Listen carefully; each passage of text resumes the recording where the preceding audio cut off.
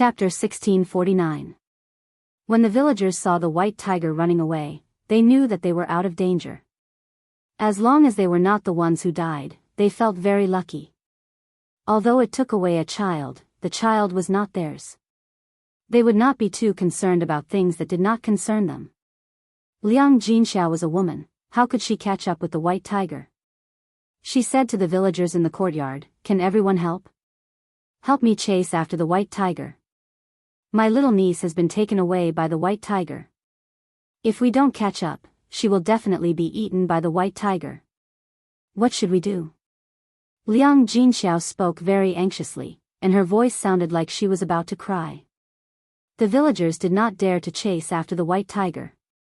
It was already very lucky that the white tiger could leave. Otherwise, who knew if the white tiger would come back to eat them after eating the baby? "Sister Liang, I can understand how you feel, but you have to know that the white tiger is very powerful. Who among us can deal with it? It's better not to chase after it. If we do, we will lose our lives in vain." "That's right, Sister Liang. It's better not to chase after it. The child has a hard life. This is her fate. We can't win against the white tiger. We can only accept our fate. Now, even if we have the tools, we can't snatch Tian back from the white tiger. Isn't snatching something from the white tiger equivalent to courting death?" These people were all persuading Liang Jinxiao not to throw her life away. They could not sacrifice themselves to help Liang Jinxiao snatch the child back. Liang Jinxiao's heart sank. Were they really going to let Tian be eaten by the white tiger? Such a young child, she was abandoned by her biological parents when she was born. How many days had she lived until now? She was a fresh and cute life. Why did God treat her like that? She was just a child. How big of a mistake could she have made? How could she end up like this? The more she thought about this, the more Liang Jinxiao's tears flowed uncontrollably. Zhao Ping glanced at Liang Jinxiao. She really did not understand why Liang Jinxiao was crying. Tian was not her biological granddaughter. It was not a big deal. If she was eaten, so be it. Could it be that when someone else's family died, her mother had to run over to mourn for them? Zhao Ping knew that Liang Jinxiao was angry with her, so she pursed her lips and held back her words. When White Tiger rushed out of Zhao Yun'er's courtyard, Little Black suddenly rushed out and blocked White Tiger's path. It roared at White Tiger fiercely. "Woof woof woof, woof woof woof." Little Black seemed to be telling White Tiger to quickly put Tian down. However, the White Tiger only looked at Blackie with contempt and didn't care about it at all. Blackie was afraid of the White Tiger, but when it saw the little master that the White Tiger was talking about, it had to protect the little master no matter what. Woof woof woof, woof woof woof. White Tiger ignored Little Black and prepared to take a detour. However, Little Black suddenly ran towards White Tiger and prepared to snatch the person from White Tiger. Unfortunately, Little Black was not as big as the White Tiger. After it rushed up, it was knocked away by the White Tiger and fell to the ground, unable to get up. This time, it was a little painful. In addition, the injury from last time had not completely healed. Little Black was in so much pain that its legs were trembling. White Tiger immediately ran away. Its speed was very fast, like a gust of wind. Little Black barked a few more times behind White Tiger. Seeing that the situation was not right, it endured the pain and quickly chased after White Tiger. For a moment, Zhao Yun'er's courtyard fell into silence. Chapter 1650. Daodu was scared out of his wits. Although he was not the one who was eaten, he was still traumatized by the experience. She was a child after all. Even the adults were scared, so how could a child bear it? Daodu walked to Liang Jinxiao in tears and tugged at Liang Jinxiao's sleeve. "Grandma, little sister was taken away by the tiger. What should we do? Can we save little sister? Will little sister come back?" Liang Jinxiao wiped the tears from the corners of her eyes and patted Daodu's head. "All right, Daodu, don't cry. Grandma doesn't know what to do now." Let's wait for your mother to come back. When your mother comes back, we'll slowly think of a way to save Tian Tian. Of course, she was just comforting Daodu. Liang Jinxiao knew very well that the chances of the child being taken away by the white tiger were very small. How could they save her? When Zhao Yun found her, there might only be a pile of bones left, or even bones. Tian Tian, this child, was too pitiful. Woo-woo. Daodu couldn't help but cry. When he thought that Tian Tian might be in danger, Daodu felt very sad. In fact, he had never felt so sad before. Several villagers who had experienced this incident were still in shock. This kind of experience of life and death made them feel scared. Several people left Zhao Yun's courtyard one after another. In a short time, the news of the white tiger coming down the mountain and taking away the child spread throughout the village. Because of this incident, the village fell into panic. Since the white tiger could come down the mountain the first time, there would be a second time, and a third time. This time, it was Tian Tian who was taken away. Who could guarantee that it would not be their child next time? Therefore, all the villagers warned their children to be careful and not to run out to play. Otherwise, they might be eaten by the white tiger.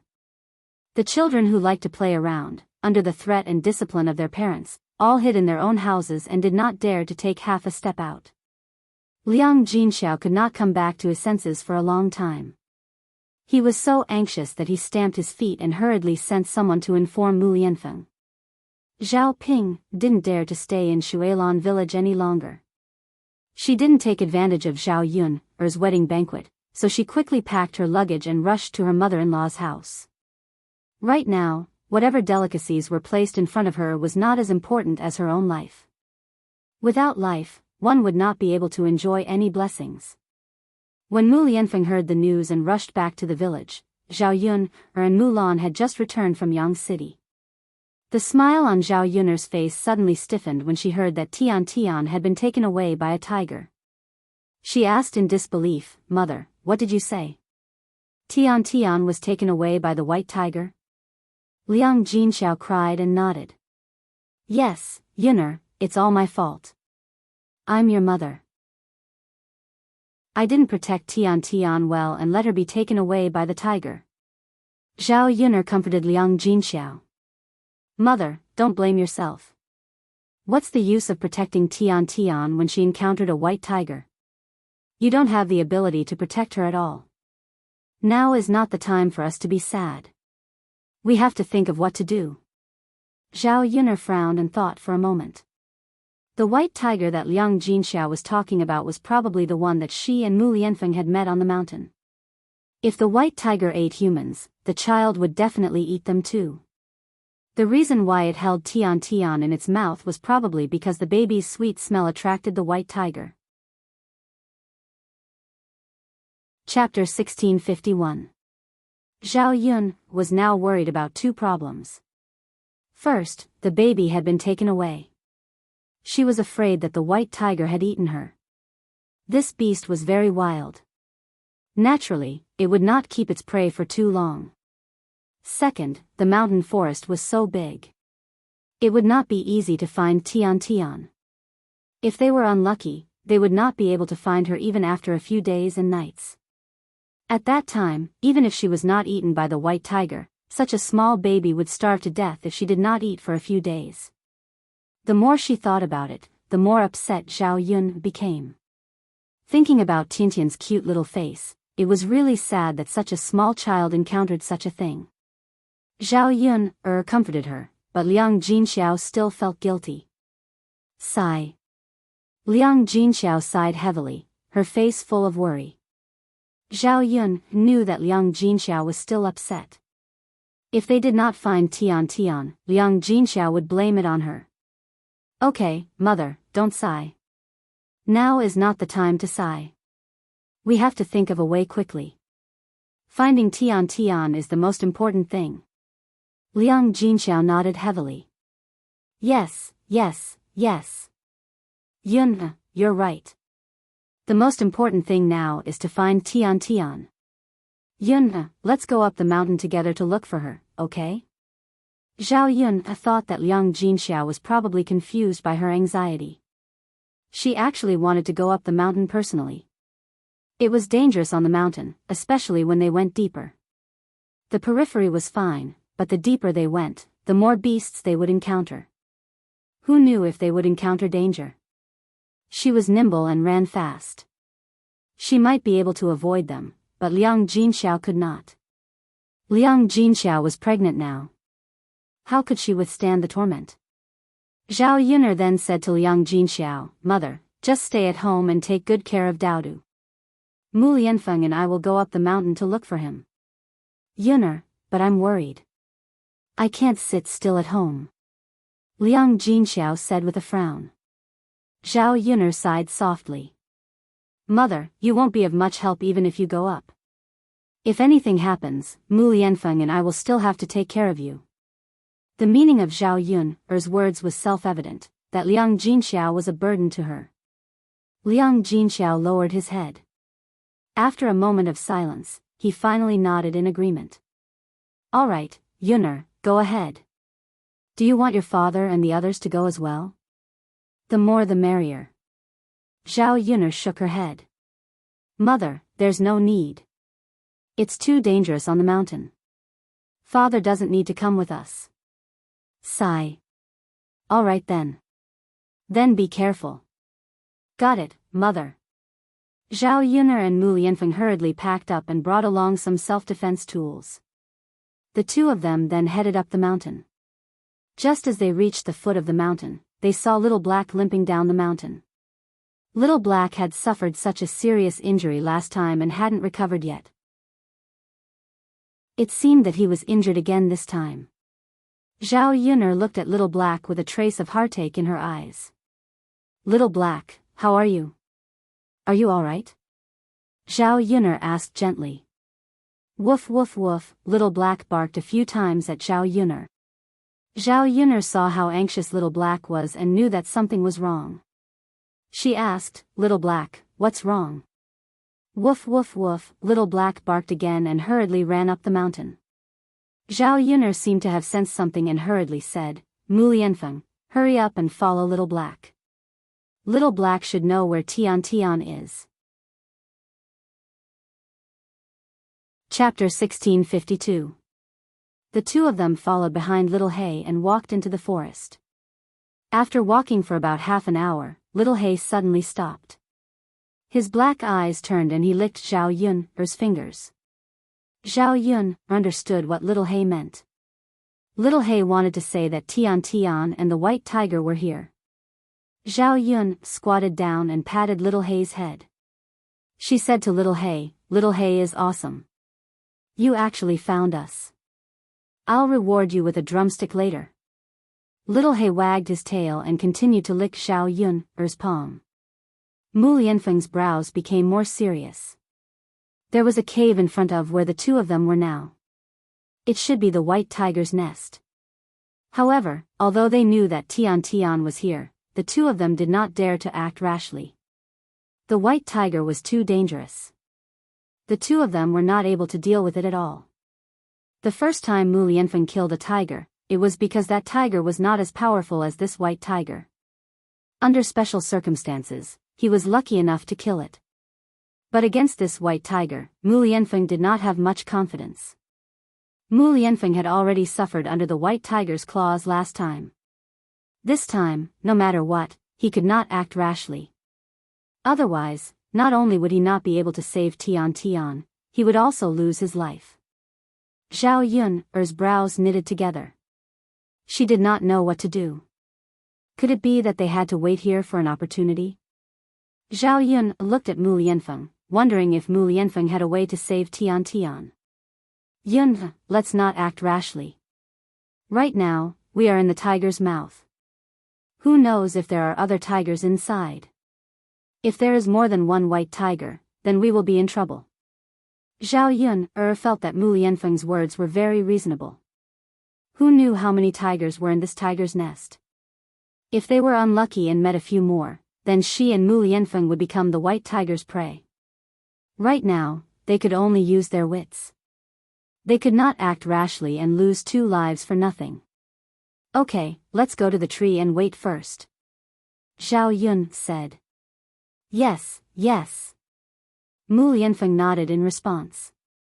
Before going up the tree, Zhao Yun patted Little Hei's head and said, Little Hei, find a place to hide. Don't come out if there's nothing, okay? Little Hei wagged its tail to show that it understood. Then, it turned around and found a bush to hide in. Little Hei couldn't be seen in the bush. Zhao Yun, and Mu Lianfeng went up the tree one after another and waited. Although they were very anxious, at this moment, they could only can't wait. After waiting for 2 hours, there was no movement in the tiger's den. Zhao Yun couldn't sit still now. Were they really going to continue waiting like this? Out. Let me think. Mu Lianfeng pondered for a moment and said, why don't I lure it out? That's too dangerous. Zhao Yun hurriedly shook her head. She felt that this method was not advisable. If I don't lure it out, I don't know when the white tiger will come out. Even if Tian Tian is not eaten, she will be hungry. Mu Lianfeng thought of Tian Tian, and the worry in his heart was no less than Zhao Yun. Although Tian Tian was not his biological daughter, after this period of time, Mu Lianfeng had already treated Tian Tian as his own daughter. Zhao Yun felt that the current situation was difficult to get off. No matter which choice she made, she would be worried. Chapter 1653. Little Hei's barking helped Zhao Yun and Mu Lianfeng lure the white tiger out. This way, Mu Lianfeng and Zhao Yun had a chance to go into the cave and take a look. After Little Hei barked a few times, they heard a deafening tiger roar coming from the cave entrance. Roar. Just hearing this voice was enough to scare people. Thinking of how powerful the white tiger was, the two of them did not have much strength and could not easily provoke it. After a while, they saw a white tiger coming out of the cave entrance. It was the one Zhao Yun and Mu Lianfeng saw last time. The white tiger came out of the cave entrance and glanced at Little Hei. Zhao Yun's heart suddenly tightened. Little Hei would not be in any danger, right? After all, Little Hei was just a dog. How could it fight against a white tiger? Zhao Yun wanted to shout, Little Hei, run. But she was afraid that the white tiger would notice if she shouted. Not only did the plan to lure the tiger away from the mountain fail, but it also failed to save Tian Tian and implicated her. Fortunately, Little Hei seemed to have heard the words in Zhao Yun's heart and quickly ran away. The white tiger chased after Little Hei. Although she did not know if the white tiger would catch up with Little Hei or if Little Hei would be in danger, Zhao Yun did not want to care about it. Little Hei was so smart and was not an ordinary dog. It should be able to deal with it cleverly. Now, it was better for her and Mu Lianfeng to quickly go into the cave to check out the situation. After Little Hei barked, only one white tiger came out of the cave. There should not be other tigers, or else they would have come out together. At this time, the cry of a baby came from the cave entrance, but it quickly disappeared. Zhao Yun's heart skipped a beat. This cry was Tiantian's. Since Tian Tian cried just now, it meant that Tian Tian was fine. It was already a miracle that she was not eaten by the white tiger. Mu Lianfeng, let's go into the cave quickly. Mu Lianfeng responded loudly. The two of them came down from the tree together and ran in the direction of the cave entrance.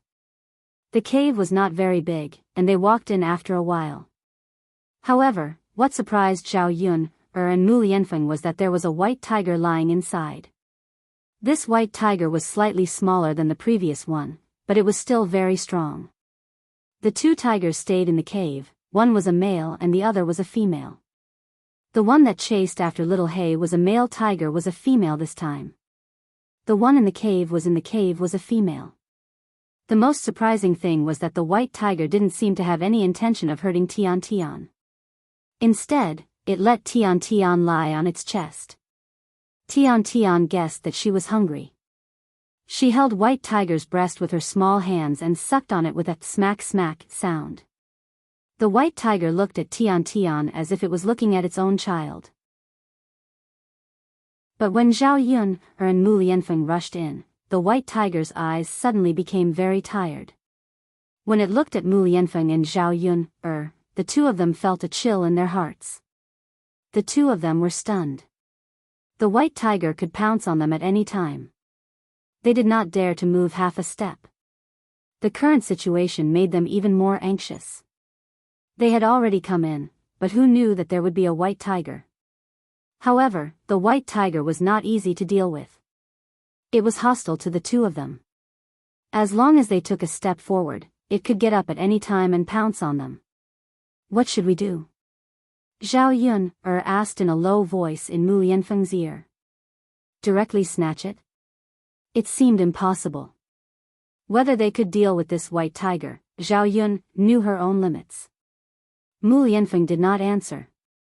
He also did not know.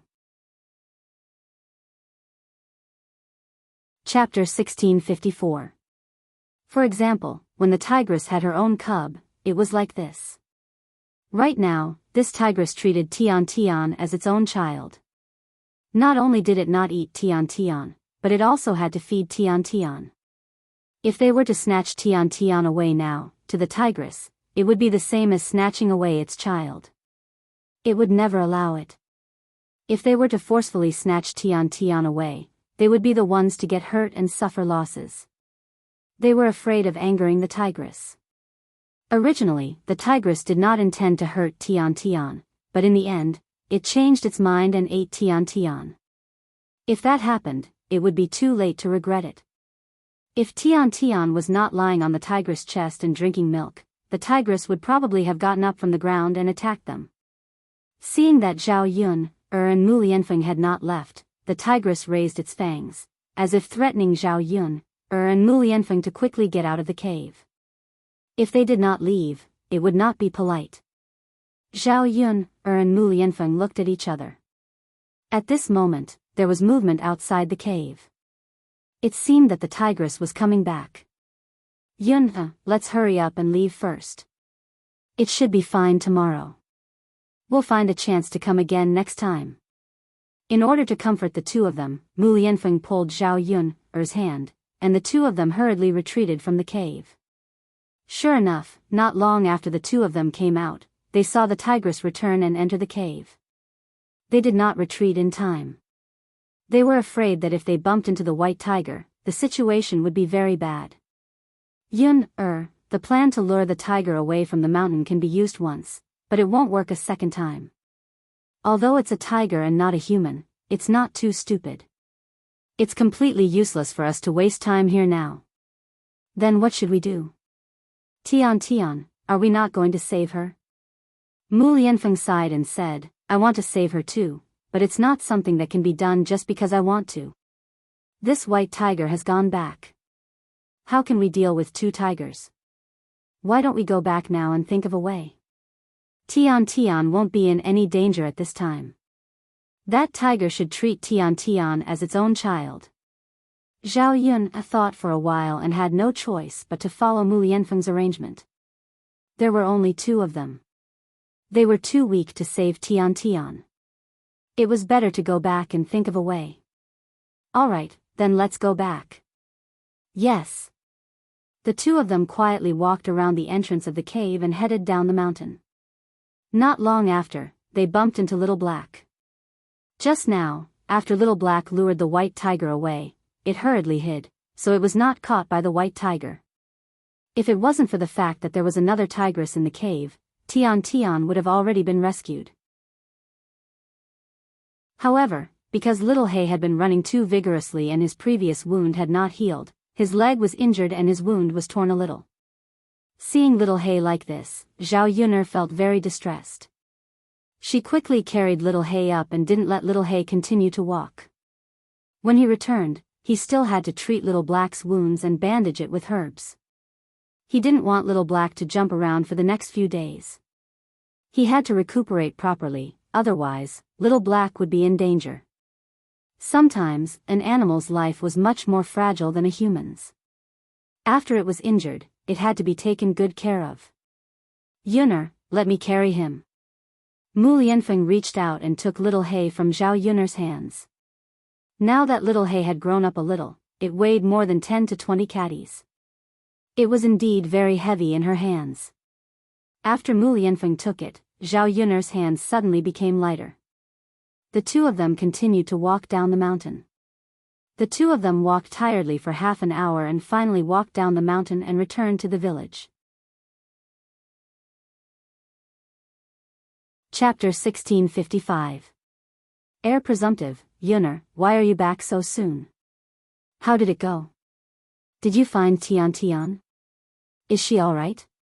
Liang Jinxiao asked anxiously. Zhao Yun'er and Mu Lianfeng both frowned. Seeing that the two of them did not return with the child, Liang Jinxiao thought that Tian Tian had been eaten by the white tiger. He immediately burst into tears, and tears flowed out uncontrollably. Seeing that Liang Jinxiao was in tears, Zhao Yun'er hurriedly said, "Mother, although we couldn't save Tian Tian, she's fine now." Liang Jinxiao did not understand Zhao Yun'er's words. How could she be fine if they couldn't save her? The tiger was very ferocious. Wouldn't it eat Tian Tian? Zhao Yun'er comforted Liang Jinxiao with a few words and told him about the situation that she and Mu Lianfeng encountered when they were looking for Tian Tian.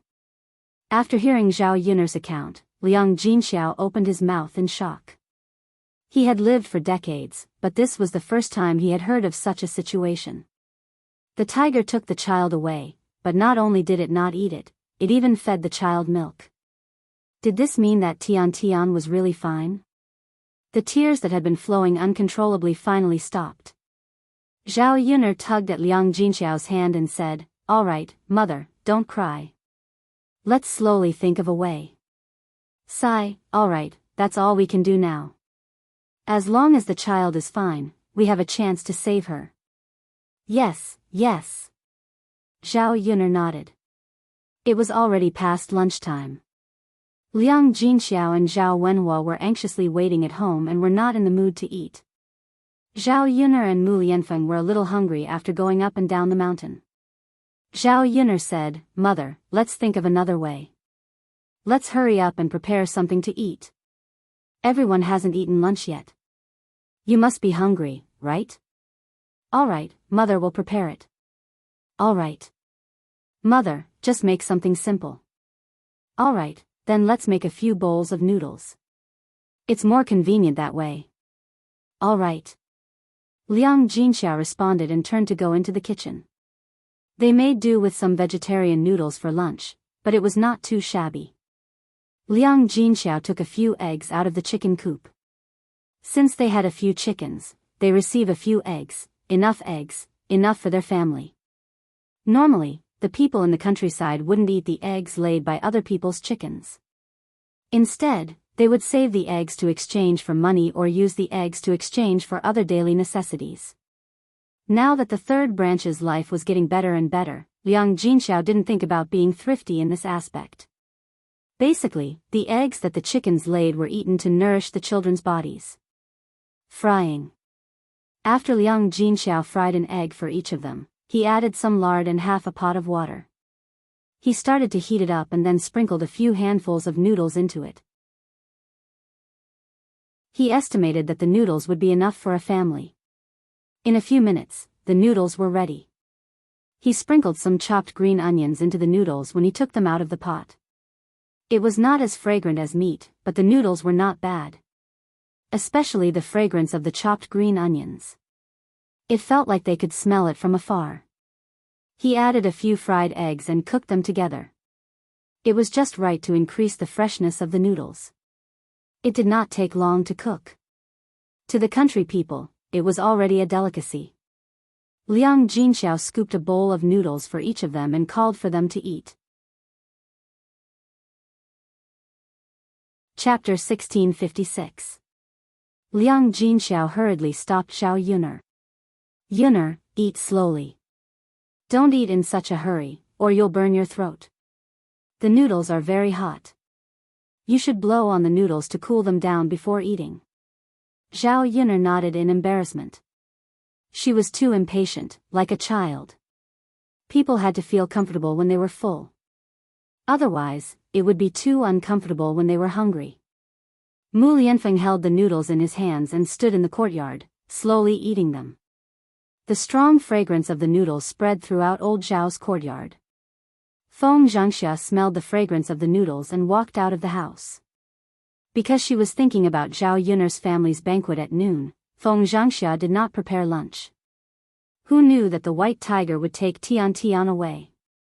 Feng Zhangxia was afraid that Zhao Yun'er would come back from the mountain after a while, so she had been waiting. If Zhao Yun'er came back, she would be able to eat. If she waited and Zhao Yun'er prepared a banquet, she would not be able to eat the food from Zhao Yun'er's family after she was full. Unfortunately, she waited for more than 3 hours. It was already 1 or 2 o'clock in the afternoon. It was past mealtime, and her stomach could not bear it. Yun'er, third sister-in-law, why are you eating? Feng Zhangxia frowned slightly, and her tone was somewhat questioning and dissatisfied.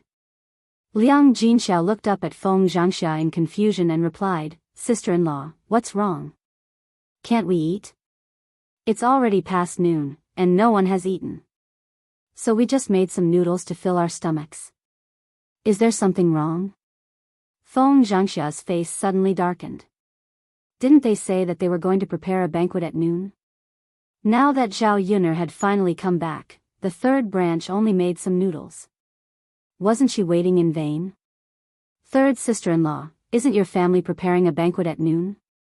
Don't you want to prepare it? Why are you only eating noodles for lunch? Liang Jinxiao frowned slightly and explained to Feng Zhangxia, Sister-in-law, Yun'er just came back and she's hungry. If they were to prepare for the banquet at this time, who knew when they would be able to eat it? Why don't we make some noodles for lunch? It's convenient and fast, and we don't have to go hungry. The corners of Feng Zhangxia's mouth twitched a few times, and her face was extremely ugly. Usually, the banquet was prepared at noon. Now that the third branch had not prepared anything, could it be that they were not going to prepare for the banquet? Then wouldn't she have lost a good meal for nothing? Third sister-in-law, your family has bought all the vegetables. If you don't prepare the banquet today at noon and wait until tomorrow at noon, the vegetables you bought will probably spoil in this season, especially the meat. Yun'er had spent money on it. She couldn't let it go to waste. I saw that Yun'er bought a lot of groceries today. Your family won't be able to finish them all. Liang Jinxiao said, Sister-in-law, it's okay. The banquet will be prepared at night. The vegetables won't spoil as long as they don't stay overnight. We're a family. We can eat whatever we want at noon or at night. There's no need to be so particular. Besides, Yun'er did have something to do today, so she was delayed. Don't you think so, sister-in-law? Feng Zhangxia quickly nodded and said, yes, yes, yes. Third sister-in-law, you're right. Our old Zhao family can eat together, either at noon or at night. The banquet is still necessary. After all, it's for the sake of celebration. Feng Zhangxia's originally gloomy face suddenly looked much better. Chapter 1657. Zhao Yun'er rolled her eyes in her heart. This Feng Zhangxia, although her mouth sounded nice, in fact, who didn't know that she was thinking about her family's food in her heart? It was true that other people's things were good, and she couldn't wait to take a little bit of advantage. Liang Jinxiao responded, and the smile at the corner of his mouth was a little resentful. Zhao Yun'er also didn't pay attention to Feng Zhangxia at all. The banquet at night indeed had to be prepared. The meat that was bought must be eaten on the same day, otherwise it would be easy to spoil. After all, the weather was getting hotter, and there was no refrigerator in ancient times. Thinking of the refrigerator, Zhao Yun'er suddenly thought of using saltpeter to make ice. When she was young, not every house had a refrigerator, but the people in the village would sell popsicles and ice cream. At that time, a popsicle cost 2 cents, but they ate it with relish. The person who sold the popsicles would put the ice into a box and then cover it with a quilt. This way, the temperature would be kept low and the ice in the box would not melt. This was equivalent to a small, simple refrigerator. In the era where refrigerators were rare, this method was used to preserve the popsicles. If she were to use saltpeter to make ice now, she could put the ice into a small sealed box and then cover it with a quilt. This way, even if the weather was hot, she could put the food or ingredients from last night into this simple refrigerator. It wouldn't spoil, and it wouldn't waste the ingredients.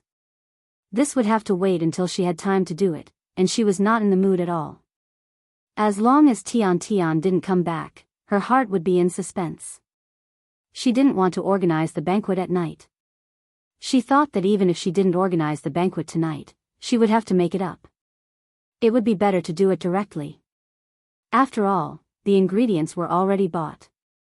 After a while, the noodles in Zhao Yun's bowl were not so hot, and she swallowed the noodles in big mouthfuls. Liang Jinxiao also came out of the kitchen with a bowl of noodles. At noon, he made do with the noodles, afraid that it would be a waste if they couldn't finish it. At the banquet at night, there would be no leftovers, so Liang Jinxiao estimated that he made a bowl for each person. When she finished filling her bowl, the pot was filled with soup, so it wouldn't be a waste if she ate it. Zhao Yun'er glanced at Liang Jinxiao's bowl and saw that there were eggs in everyone's bowls except for Liang Jinxiao's. Zhao Yun'er frowned and asked, "Mother, why don't you have eggs? Didn't you cook one for yourself?" Liang Jinxiao smiled and replied, "It's fine. Mother doesn't need to eat. You two can eat." Zhao Yun'er's frown deepened. "Mother, how can you do this? You're not willing to eat it yourself, so you're saving it for us? Mother, you don't need to eat. It's not like I'm saving it on purpose." Liang Jinxiao continued to smile. Zhao Yun'er showed a poker face. Sometimes, she really couldn't stand Liang Jinxiao. Just like her mother from the 21st century, she always gave good things to her family and never ate them herself. It was just an egg. What was the point of saving it? "Mother, you're not like before. You're pregnant. Don't not eat. If you don't eat, how can you replenish your nutrition? What about the child in your belly? Even if you don't think for yourself, you have to think for the child." Zhao Yun'er lectured as if she was an elder who needed to be lectured. She switched her role with Liang Jinxiao's. Chapter 1658. Zhao Yun'er sighed and said, "Mother, the past is the past, and the present is the present. How can the past be compared to the present? Don't say so much now. The most important thing is to take good care of your body. Come, Mother, eat the egg in my bowl." "I'm fine." With that said, Zhao Yun'er picked up the untouched egg in the bowl and placed it in Liang Jinxiao's bowl. Liang Jinxiao was slightly stunned and hurriedly wanted to return the egg to Zhao Yun'er. Zhao Yun moved the bowl to the side and said, "Mother, just eat it. Don't give it back to me." Liang Jinxiao frowned and sighed. You little girl, eat it yourself. Why are you giving it to Mother?" Sigh. "Mother, I'm not pregnant, so I don't need to nourish my body. You're pregnant, so naturally, you have to eat more." Zhao Wenhua watched from the side and smiled at Liang Jinxiao. "Yun'er's mother, just eat it when Yun'er asks you to. Don't delay. Next time, if there's anything good, you have to be the first to eat it." Liang Jinxiao was helpless when she saw that Zhao Wenhua was also persuading her. Looking at the egg in the bowl, Liang Jinxiao thought about how filial her daughter was and how the family's life was getting better and better. Tears welled up in her eyes. How about this? Mother will eat the egg, but we have to split it in half. Otherwise, Mother won't eat it." Liang Jinxiao picked up the egg and split it in half. Zhao Yun looked at Liang Jinxiao's stubborn expression and had no choice but to say, okay. "Mother, I'll eat half, and you eat the other half. This should be fine, right?" "Okay." Liang Jinxiao smiled and put half of the egg in Zhao Yun'er's bowl, but she picked the bigger half.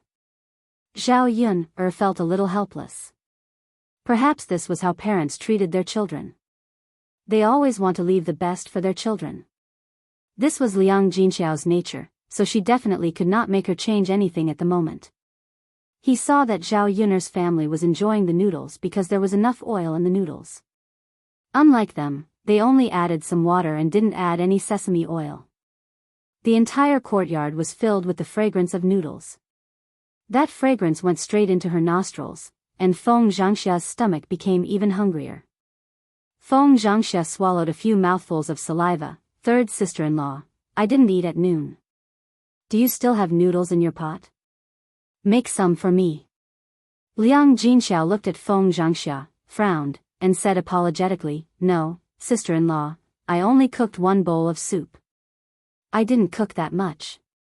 Feng Zhangxia pursed her lips and said, All right then. Third sister-in-law, why didn't you cook more noodles? I'm afraid I can't finish it. Feng Zhangxia swallowed her saliva and didn't continue speaking. Zhao Yun saw Feng Zhangxia's eager look. She guessed that Feng Zhangxia was thinking about her family's noodles. She was glad that Liang Jinxiao didn't cook so much. Otherwise, Feng Zhangxia would mention it. With Liang Jinxiao's temperament, she would definitely give it to Feng Zhangxia.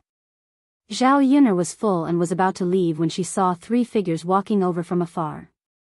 These 3 people were old Zhao's second son. Today, Zhao Wenshui had no choice but to go to Li Chuiying's maternal home and bring Li Chuiying back. He stayed at Li Chuiying's maternal home for lunch, so he came back at this time. Zhao Yun'er was a little disappointed when she saw that Li Chuiying actually agreed to come back with Zhao Wenshui. If she came back to live with a scumbag like Zhao Wenshui, it meant that she would have to suffer in the future. Chapter 1659. Not only in ancient times, but also in the 21st century. Under normal circumstances, women's contributions were not valued, and men took it for granted. But why did women have to contribute to their families? Because of their responsibilities to their families and children, women could not be cruel. Most of the time, they could only bear with it when they were wronged. In a marriage, they were always the one who was hurt. Sometimes, letting go could save oneself. It all depended on whether the woman could give up her children and whether she could be cruel enough.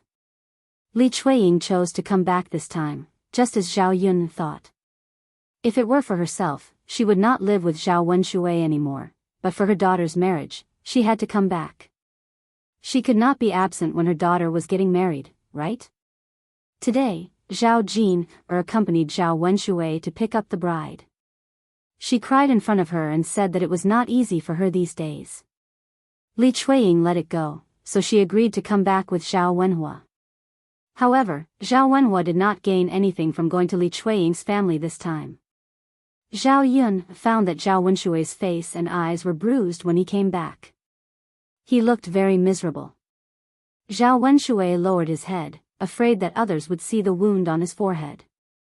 After all, it was a shameful thing. As a man, he was beaten and could not erase his face, so he was afraid of being ridiculed. The reason why Zhao Wenshui's face was so badly injured was that he went to Li Chuiying's family. Li Chuiying's family felt that their daughter was bullied by him, so they taught him a lesson. The wound was caused by Li Chuiying's 2 older brothers. Although he was a man, how could he deal with Li Chuiying's 2 older brothers alone? He could only be beaten. In addition, the purpose of his visit today was to pick up Li Chuiying to go back to his hometown. If he resisted, would she still go with him? Obviously not. Therefore, even if he was wronged, he had to grit his teeth and bear it. But he didn't expect Li Chuiying's 2 brothers to be so ruthless. They beat him so badly that he couldn't show his face in public. As soon as Zhao Wenshui and Li Chuiying returned, old Zhao's family members hurried to greet them. They all greeted Li Chuiying enthusiastically. Second sister-in-law, you're back. Second sister-in-law is finally back. Second sister-in-law. After all, they were family. When Li Chuiying came back, they had to say a few words.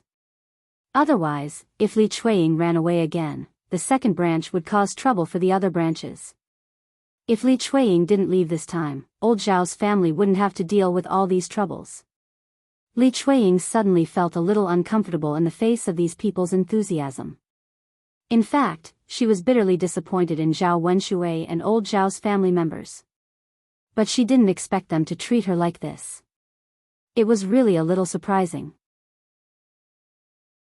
Hearing the noise outside, Zhao Baoshan hurried out of the room and said to Li Chuiying, "Second sister-in-law, you're back. It's good that you're back.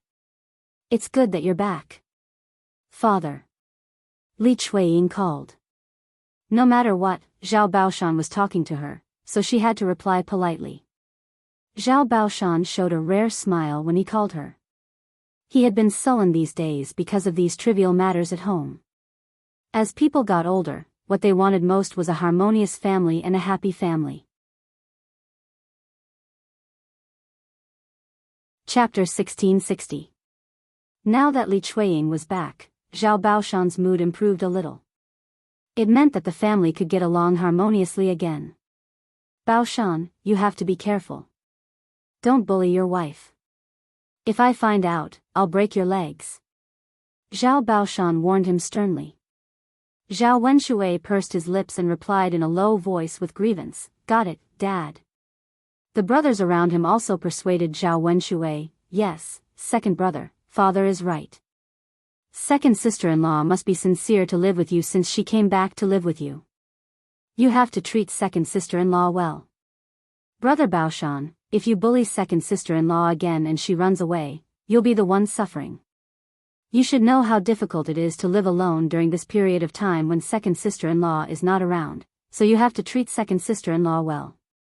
Brother Baoshan, for a moment, old Zhao's brothers and sisters-in-law all spoke up for Li Chuiying and criticized Zhao Wenshui. Zhao Wenshui was a little impatient. He had treated Li Chuiying badly before, but they shouldn't criticize him like this, right? If it weren't for Zhao Baoshan's presence, Zhao Wenshui wanted to retort. However, he was afraid that Zhao Baoshan would punch him, so he could only swallow his words. Old Zhao's family chatted for a while before Hu Chunhua came out of the room.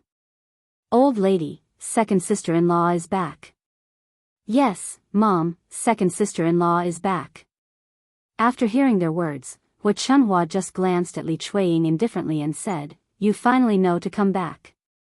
Li Chuiying's face immediately darkened when he heard Hu Chunhua's words. He knew that Hu Chunhua was dissatisfied with him. The good atmosphere was ruined by Hu Chunhua's words. Zhao Baoshan glared at Hu Chunhua and reprimanded her. "Old woman, what are you saying? Second daughter-in-law has finally come back.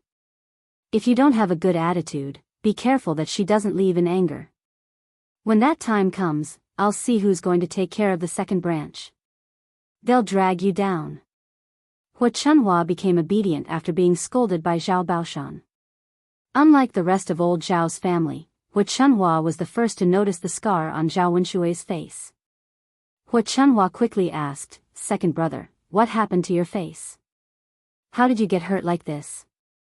Everyone finally noticed the scar on Zhao Wenshui's face when Hu Chunhua said this. "Yeah, second brother, what happened to your face? Why is it swollen like a pig's head? Second brother, your face is badly hurt. Are you okay? Who hit you?" Zhao Wenshui glanced at Li Chuiying when he was asked this question.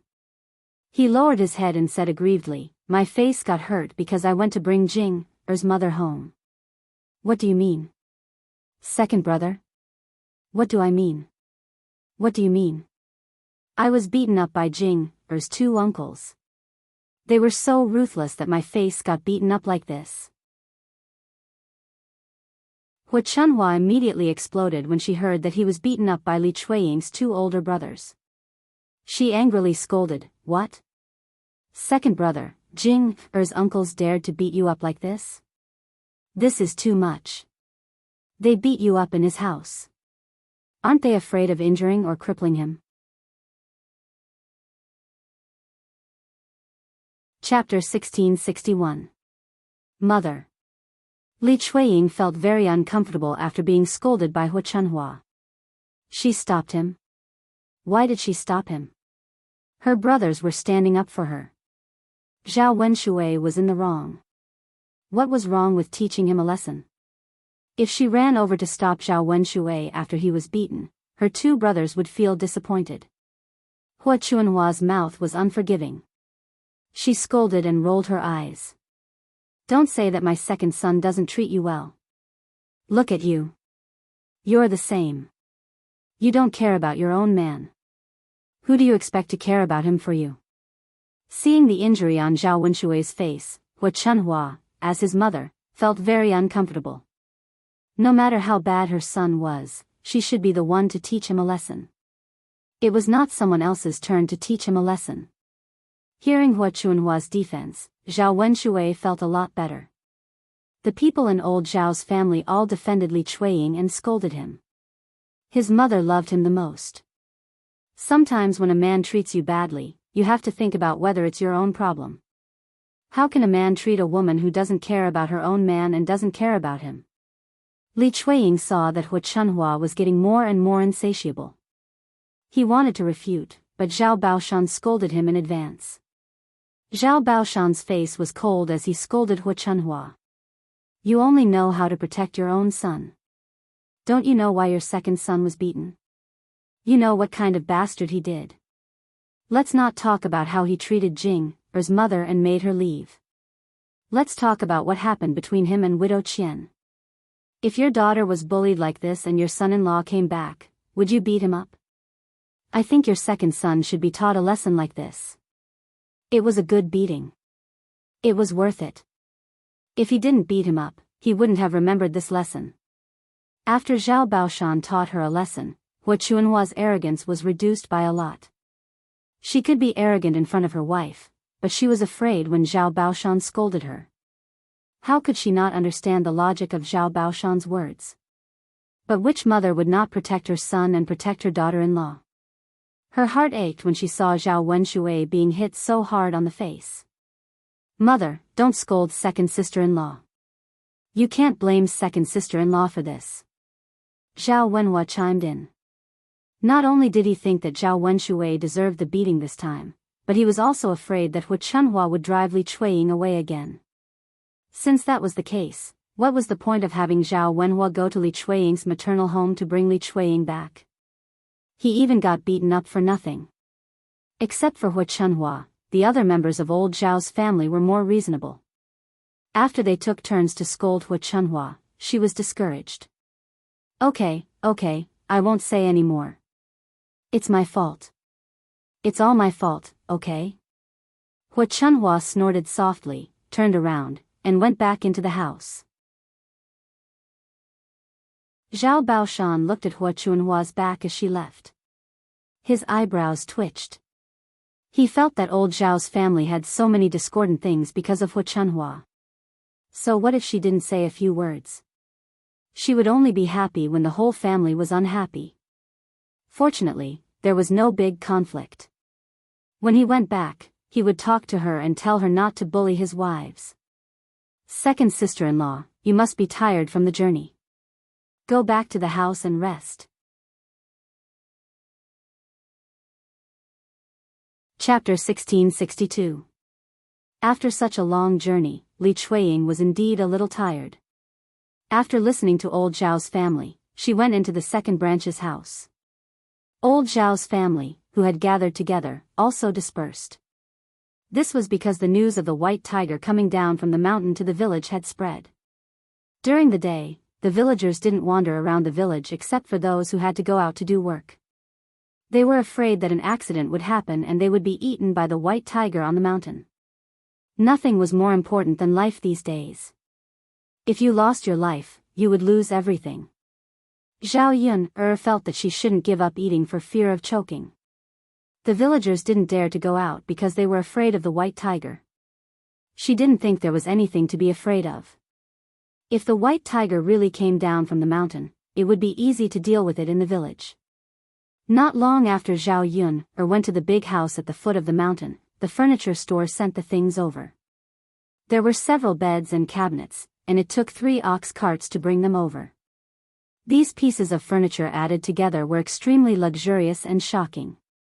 Mulan's custom-made furniture was less than Zhao Yun's, so it only took 1 ox cart to send it over. Because there were many people in Zhao Yun's family, they had to prepare a few more beds. When Zhao Tianan married Mu Hin, they had to prepare a wedding house. In this wedding house, the bed, wardrobe, and other basic furniture had to be prepared. They couldn't let such a good girl like Mu Hin suffer after marrying over.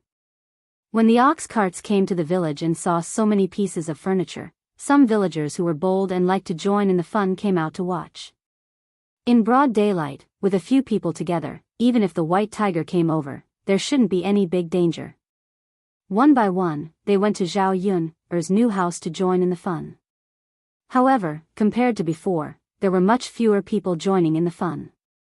Zhao Yun's family had built a big house, and now they bought so many pieces of furniture. How much money did they spend? Originally, everyone in the village was about the same. Their lives were also ordinary. They were not rich and powerful. Now, only Zhao Yun's family had become an exception. How grand would it be to live in a big house with such furniture? It was almost the same as the big families in town. It would be a lie to say that they weren't jealous.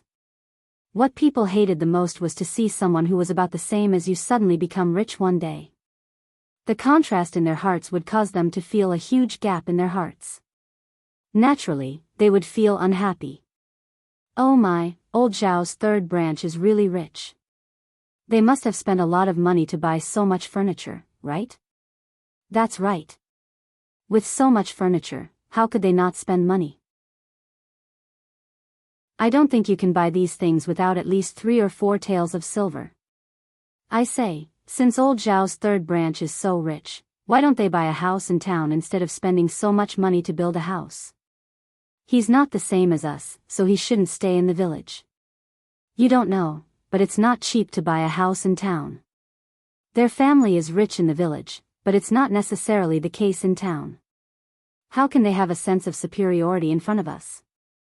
They're deliberately showing it to us so that we can be envious and jealous. However, there's no other way. I have to admit that old Zhao's third branch's life is getting better and better. They're much better than us. Oh, that's right. They're different from us. We can't climb up to such a neighbor. Yes, we can't. They're rich now, and we're poor. Chapter 1663. These villagers' words were more sour than the other. To put it bluntly, they were jealous and couldn't bear to see others doing well. Zhao Yun's family's conditions suddenly improved so much that they hated her. Zhao Yun heard the words of the surrounding villagers, but did not pay attention to these people. Others could say whatever they wanted. That was their business and she couldn't care less. Her family's life was good and others couldn't take advantage of it. They could only watch. Several ox carts stopped in front of Zhao Yun's house. At this time, they were delivering furniture to him. The coachman's forehead was full of sweat. Zhao Yun just prepared a pot of tea, so he let the coachman rest for a while and drink a cup of water. The cart drivers didn't expect Zhao Yun to be so polite. They took the tea and drank it with a smile. Usually, they didn't drink tea. They only drank ordinary water. The first time they tasted it, they felt that it was exceptionally delicious. When they drank the tea, they felt that it was slightly bitter at first. Later, they felt that it was sweet and had a special taste. Moreover, it could quench their thirst. After drinking a cup of tea, the heat dissipated and their entire body felt much more comfortable. In order to support their families and earn more money, they couldn't wait to make a few more trips a day. Every time they made a trip, they would settle the bill. Even under the hot sun, it was no exception. At this time, people were about to get a heatstroke. For the sake of money, they still took the ox cart. Usually, after they made a trip to deliver the goods, the owner wouldn't be so polite to them. Zhao Yun was one of the few. "Uncles, please sit down and cool down. I've taken up a bit of your time. I'll find someone to help move it down." Seeing that Zhao Yun was so polite, the cart drivers smiled and said, "There's no need to find someone. We'll help move it." Zhao Yun was a little embarrassed. "Won't this be too troublesome for you uncles? These things are quite heavy. It's a bit tiring to move them." You're already tired enough to come all the way here under the hot sun to deliver the goods. The cart drivers waved their hands and said, "It's okay. Now that I've drunk a cup of tea, I feel much better. With the few of us together, it should be very fast to move it. Then we won't have to go through the trouble of finding him." Zhao Yun'er saw that the coachmen were honest people and their attitudes were sincere. Although she was a little embarrassed, she nodded in agreement and said, "Then I'll have to trouble you, uncles." In addition to her, there was also Mu Lianfeng and 3 coachmen who delivered the furniture. In less than 20 minutes, the furniture was brought back and placed in the room. After confirming that they were safe, the coachman left. Zhao Yun'er looked at the originally empty house. Because of the furniture, it suddenly became more full. However, she still had to buy some other things when she got back and tidy up the house. It definitely wouldn't be worse than the house of a rich family. Now that all the furniture had been prepared, the 3rd branch of the family could arrange to move into the new house. "I'll pack up when I get back. I'll be staying in a new house tonight." When the surrounding villagers saw this, they couldn't do anything other than envy and jealousy. Who didn't want to live in a big house? However, they didn't have the money. Zhao Yun'er's family would probably need dozens of taels to settle this. How many families in the village could take out so much money? Chapter 1664. Zhao Yun'er really hadn't thought about holding a banquet. After all, holding a banquet wasn't a simple matter. It was rather troublesome. It seemed that there was such a custom in the village. Basically, when a new house was built, the people living in the new house would hold a banquet. "I'll ask my mother about this later." Zhao Yun'er replied with a smile. It would be better if they didn't have to hold a banquet. If they had to, they would take care of it together with Liang Jinxiao. It wasn't as if their family hadn't held one before. The old lady nodded and said, "That's good. If you want to hold a banquet, let me know. However, for the sake of celebration, girl, your family definitely has to hold a banquet. It's just for the sake of liveliness." Zhao Yun'er smiled and agreed. The people in the village had eaten at Zhao Yun'er's banquet last time. They knew that Zhao Yun'er's family had prepared a lot of meat dishes that tasted very good. They would spend a few copper coins to join in the fun and freeload a meal. On the contrary, they profited. After giving the 3rd branch's gift money, this favor would still be there. When their family held a banquet, the 3rd branch would naturally have to return the gift money. Got it. Today is a good day for your family. Granny is also happy to see it. Seeing the smile on the old lady's face, Zhao Yun'er's heart warmed.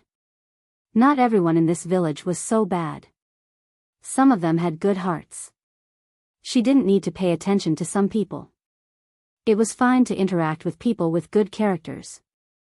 After arranging the furniture in the house, Zhao Yun went to call Liang Jinxiao and Zhao Wenhua so that they could prepare to move out of old Zhao's house. She went with Bai Ming to the small rundown house that she had lived in for a few months to pack up her things.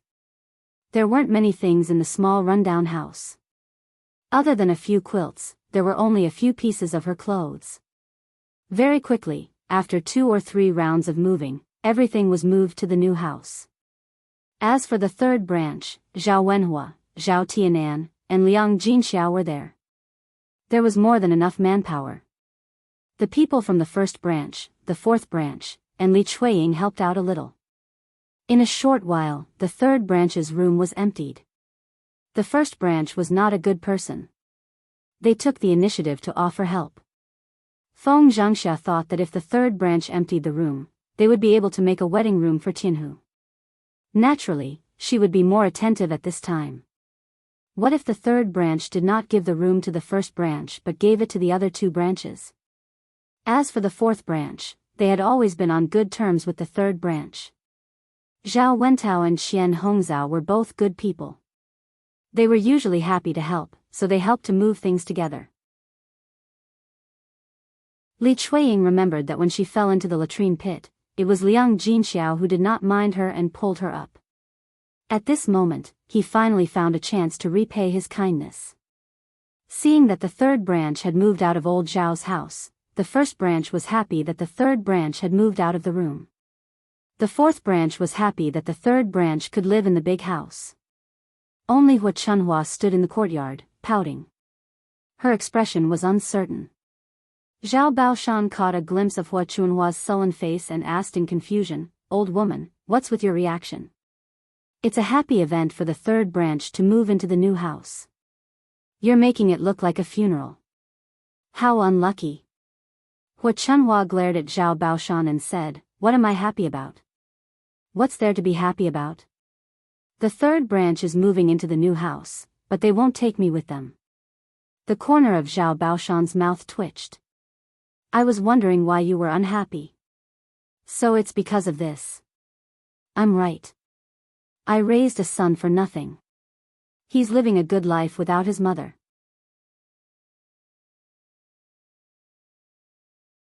Chapter 1665. Playing dumb? Why would I play dumb? You know very well that Yun is the one who built the house. Why are you arguing with third brother? That Yun girl is not a good person. Our old Zhao family has raised her for nothing. Zhao Baoshan snorted. All right. No one is to blame for this. If you want to blame someone, blame yourself. Blame yourself for making a wrong judgment back then. Tell me, if you were nicer to Yun back then, she might have been nicer to you back then. If you don't move in now, then you deserve it. You old man, how can you say that? You only know how to speak up for that girl. Hua Chunhua complained with great dissatisfaction. I'm not speaking up for anyone. I'm just speaking the truth. If you're nice to others, they'll be nice to you. As a grandmother, don't use your seniority to oppress others. Don't flaunt your seniority. Hua Chunhua realized that she couldn't win against Zhao Baoshan in an argument. What kind of magic potion did the third branch feed her old man? He was always speaking up for them. Seeing the third branch moving in and out of the house, Hua Chunhua felt even more uneasy. She also had to build a new house. She couldn't live worse than the third branch so that Zhao Yun could be proud. By the time Zhao Yun finished moving in and arranging everything, it was already 4 or 5 o'clock in the afternoon. Seeing that the sun had dimmed a lot, it seemed that it was time to prepare dinner. Zhao Yun had already bought the ingredients in the morning and moved them to the new house. She just needed to prepare some dishes and cook them. With Liang Jinxiao around, the two of them got busy very quickly. Qian Zhuzhao enthusiastically helped to wash and pick the vegetables, while Zhao Yun was in charge of cooking. Mu Lianfeng saw that Zhao Yun had bought a fish back. It weighed about 2 to 3 caddies and could be cooked several big bowls. Zhao Yun wanted to eat braised fish, so she bought a big one. She just wanted to slice the fish and make some fish soup. When the whole family was eating together, old Zhao's family probably didn't care about the side dishes. They didn't usually eat meat dishes. What they rarely ate was meat. They bought 2 caddies of meat and braised it in a big bowl. They could even stir-fry some shredded meat with the side dishes. This kind of meal be served until the new year. Seeing that Mu Lianfeng was about to kill the fish with a knife, Qian Zhozha hurriedly stepped forward and stopped Mu Lianfeng. "Lord Heir, let me kill this fish. Please rest." Mu Lianfeng raised his head and glanced at Qian Zhozha. He smiled and said, "It's fine. I'll do it. Let me do it." Mu Lianfeng was a little puzzled. "It's really okay. I know how to do this. Yun taught me. Fourth aunt, you don't have to help." However, Qian Zhui insisted, "Heir apparent, although this isn't a tiring task, the fishy smell on the fish is too strong." "You can't smell it. What if the fish's blood splashes onto your body while you're doing it? Your clothes look very expensive. You should pay more attention to them. I'm wearing coarse clothes. It's better for me to do it." As she spoke, Qian Zhuzhao went forward and took the knife from Mu Lianfeng's hand. Then, she squatted down and began to kill the fish. Mu Lianfeng smiled helplessly. It seemed that he couldn't work in his usual clothes. He had to prepare some tattered clothes. That way, no one would stop him from doing farm work the next time he wanted to do it. Mu Lianfeng lowered his head and glanced at Qian Zhuzhao killing the fish. He had to admit that Qian Zhuzhao was much more skilled than him.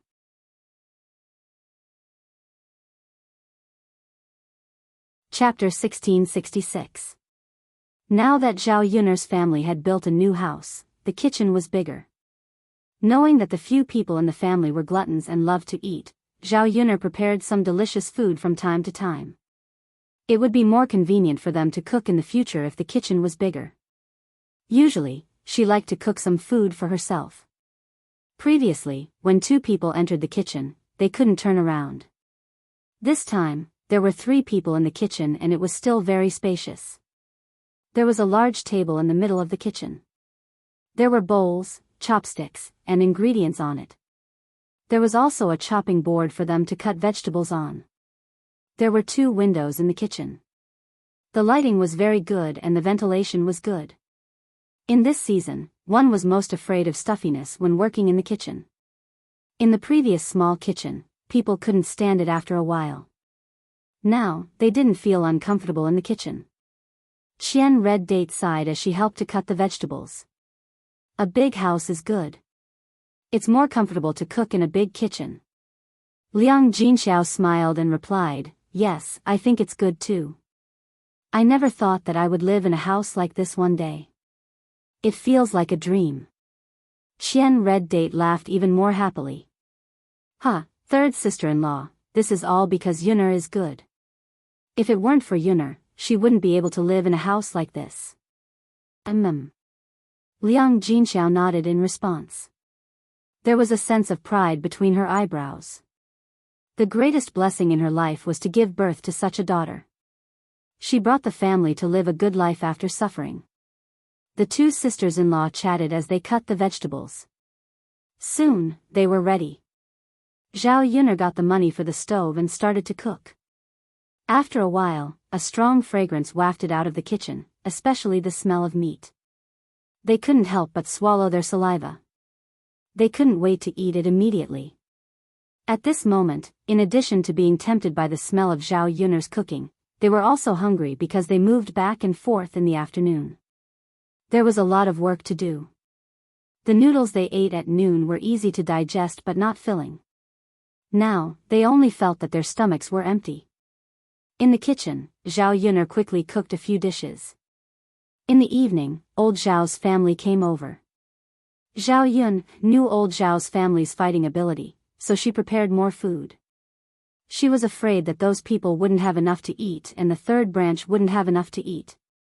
In addition to the fresh vegetables, Zhao Yun'er stir-fried a plate of fresh meat with garlic moss and added a few pieces of green pepper.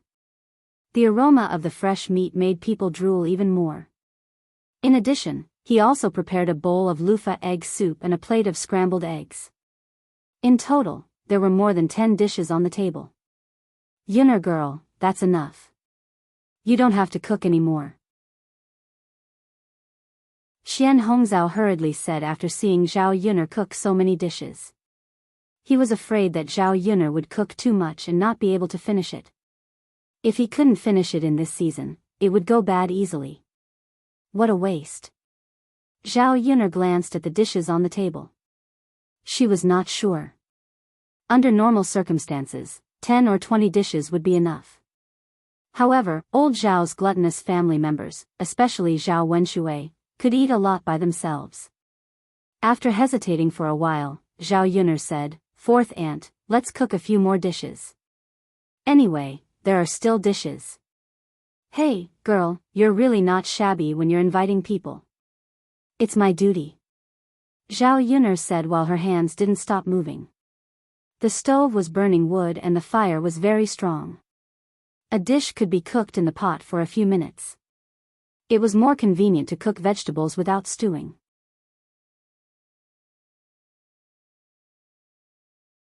Chapter 1667. The pancakes were made with flour and a few eggs. They were mixed together and then heated up in a pot. Some rapeseed oil was added and then dropped into the pot. One side of the pancake was cooked, turned over, and pasted on the other side. Because of the addition of eggs, the pancake was golden yellow. It was beautiful and fragrant, making people salivate. After a while, the food was finally ready. Zhao Yun stood in front of the stove, and her forehead was covered with sweat. Her back was also soaked. She had to wash it well at night and then go to bed. Dinner is ready, dinner is ready. Everyone, sit down quickly. Liang Jinxiao greeted old Zhao's family with a smile. Zhao Yun ordered a large round table among the furniture.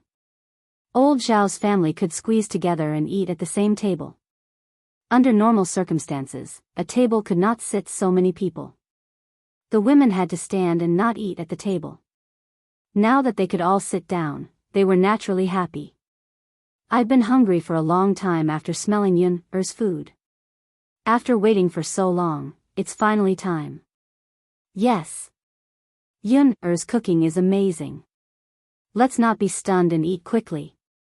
Yes, yes, yes, let's eat quickly. Old Zhao's family was together and did not stand on ceremony.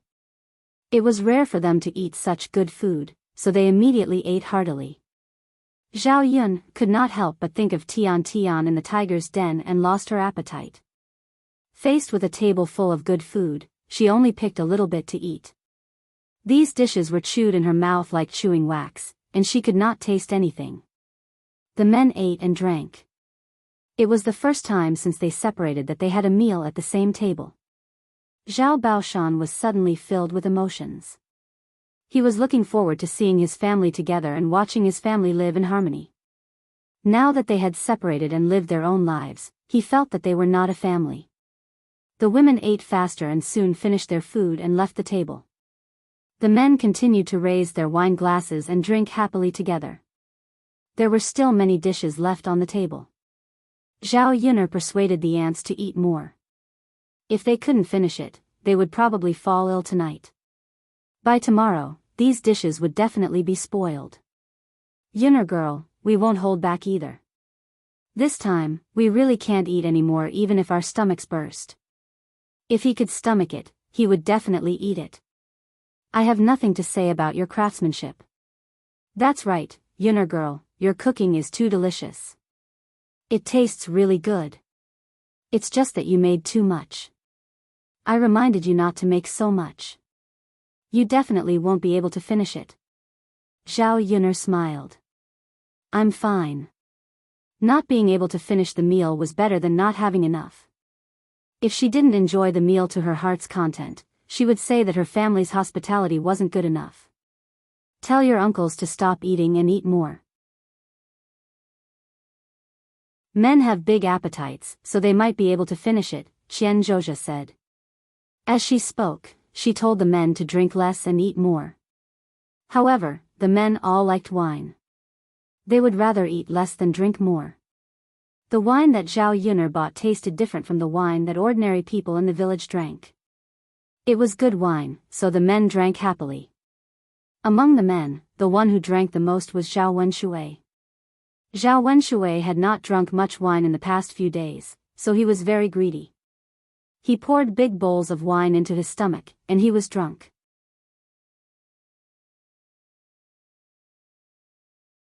Chapter 1668.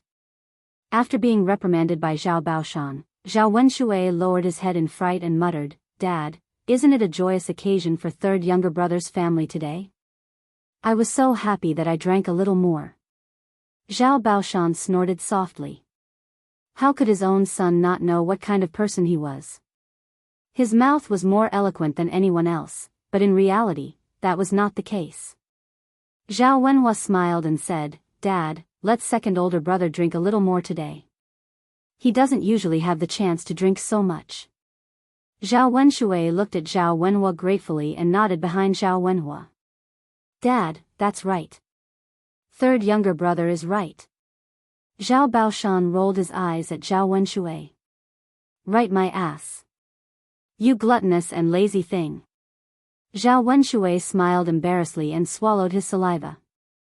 He did not dare to look into Zhao Baoshan's eyes. Zhao Yun stood at the side and suddenly felt that Zhao Baoshan was a little cute. He liked to speak the truth and make people speechless. "Hey!" Zhao Wenshui suddenly shouted. Everyone at the table looked at Zhao Wenshui, thinking that something big had happened to Zhao Wenshui. Zhao Wenshui frowned and said faintly, "I drank so much that I can't hold my pee. I'm going to pee." Everyone at the table was speechless. Did he need to say such things out loud? Couldn't he just go to pee secretly? They thought that something big was going on. Zhao Baoshan glared at Zhao Wenshui angrily. "It's said that lazy people shit and pee a lot. It's true." Zhao Wenshui felt wronged. He was holding his pee because he drank too much. How could that have anything to do with laziness? "Dad, all right, Dad. Stop scolding second older brother." "Second older brother, do you want me to send you to the toilet? You drank too much. Are you okay alone?" Zhao Wenshui stood up and waved his hand. Of course. There's no need for you to send me off. I'll go by myself and be back soon." "Second brother, can you really do it?" "Of course, I just drank some wine. What could happen?" Zhao Wenshui said as he staggered out of the room. Old Zhao's family didn't think too much about it and continued drinking at a table. At this time, Feng Zhangxia was defecating in the toilet. After eating so much all at once, his stomach was full, so he had some indigestion. Now, he was in the latrine pit. However, after squatting for more than 10 minutes, he didn't manage to do anything. "Ouch!" Feng Zhangxia cried out softly. The pain was unbearable. If she had known earlier, she wouldn't have eaten so much. She wouldn't have had to suffer now. Unfortunately, there was no use in regretting. The pain would continue to hurt, and he didn't know when it would get better. Zhao Wenshui staggered to the latrine pit. When he opened the latrine door, he saw Feng Zhangxia's big white butt. His eyes immediately widened. Feng Zhangxia didn't seem to expect Zhao Wenshui to suddenly run over. She was shocked and hurriedly said to Zhao Wenshui, "Second younger brother, what are you doing? Why didn't you knock before coming in?" Feng Zhangxia's tone was reproachful.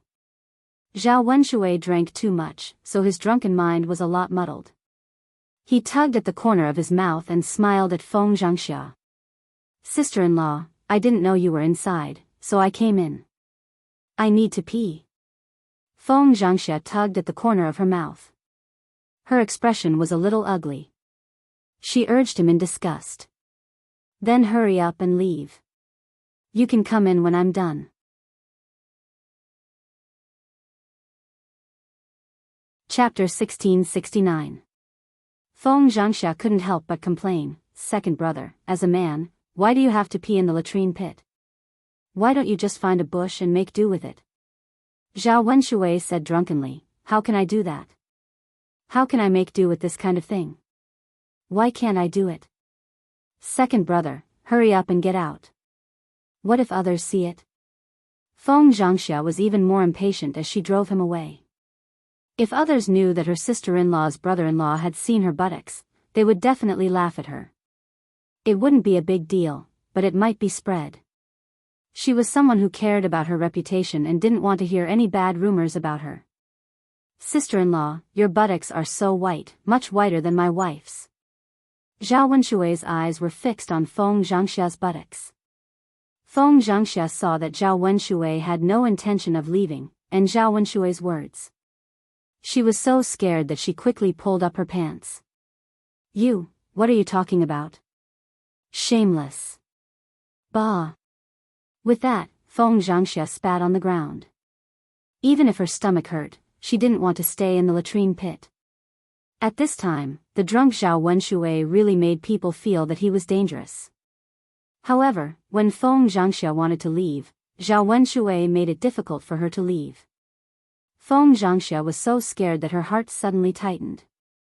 She frowned and questioned Zhao Wenshui angrily, "Second brother, what do you want to do?" Zhao Wenshui burped, and his breath smelled of alcohol. Then he smiled at Feng Zhangxia wretchedly and said, "Sister-in-law, your buttocks are so white. Let me touch them. Let me see if they are white and smooth." After hearing Zhao Wenshui's words, Feng Zhangxia was sure that Zhao Wenshui was really drunk and probably didn't know what he was talking about. How could a normal person say these things? He made it sound like a hooligan. Could Zhao Wenshui not tell who she was? She was his sister-in-law. Of all the people he could flirt with, he had to flirt with his sister-in-law. "I say, second brother, have you drunk too much? What nonsense are you talking about? Get out of my way, I'm leaving," Feng Zhangxia said as she nudged Zhao Wenshui. Zhao Wenshui had no intention of moving away and continued to pester Feng Zhangxia. Feng Zhangxia's arm was grabbed by Zhao Wenshui, and she couldn't escape at all. "You! What are you trying to do? Hurry up and let me go, or I'll call for help," Feng Zhangxia threatened. Zhao Wenshui was drunk and did not know what fear was. He grinned and replied, "Hee, sister-in-law, I didn't want to do anything. I just wanted to touch your butt to see how it feels and whether it's white and smooth. Let me touch you, and I'll let you go once you're done." Zhao Wenshui's hooligan behavior scared Feng Zhangxia. This second brother really wanted to touch her butt. Her butt was for her man to touch, not Zhao Wenshui. Feng Zhangxia spat on Zhao Wenshui's face. "If you want to touch someone's butt, go touch your own wife. Why are you touching me?" Zhao Wenshui was slightly taken aback. Then, he wiped his face with his hand and sniffed. "Sister-in-law, your saliva smells better than my wife's. My wife has already touched your butt and it's boring. Seeing that your butt is so white, I wanted to touch it and feel it." Feng Zhangxia wanted to punch Zhao Wenshui when she saw the vulgar smile on his face.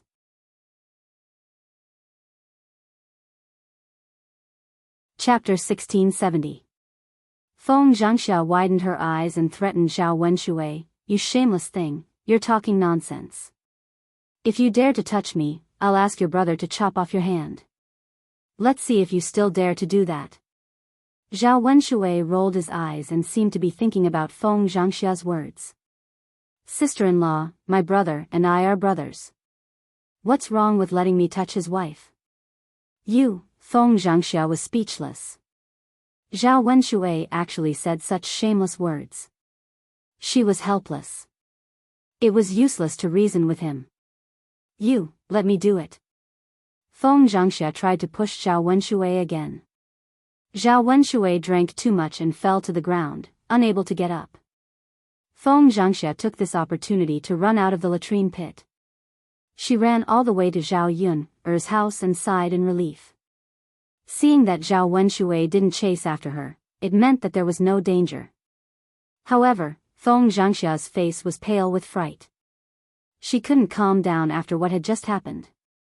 When her sisters-in-law saw her, they couldn't help but ask, "Sister-in-law, what's wrong with you? Why do you look so pale? Did something happen to you when you ran in so hurriedly?"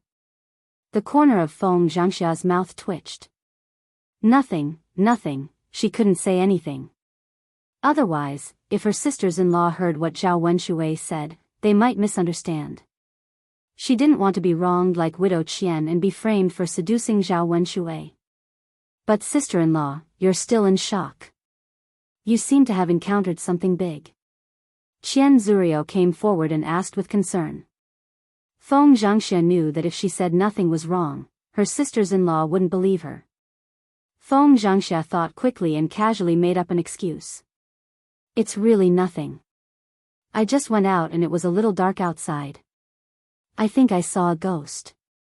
I don't know if my eyes were playing tricks on me." Hearing Feng Zhangxia mention ghost shadow, a few timid sisters-in-law were a little scared. The ancient people believed in Buddha and God, and they believed in the existence of ghosts. To them, they were more afraid of ghosts and gods. Qian Zhouzhan's heart suddenly tightened, and she asked with some fear, "No way, sister-in-law, are you seeing things? If there really are ghosts, will we run into them later?"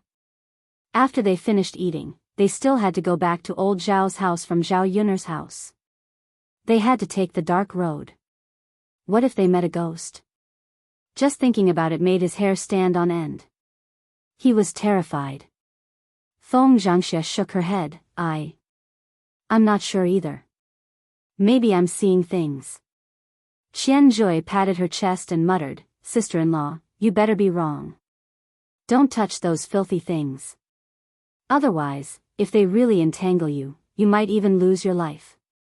Feng Zhangxia answered with a guilty conscience. She felt that this lie was too ridiculous. She was afraid that she would be exposed. Li Chuiying said in all seriousness, "Speaking of which, it's not impossible to run into filthy things. Third sister-in-law's house was built at the foot of the mountain. Human bones were buried here before, so it's normal for ghosts to appear."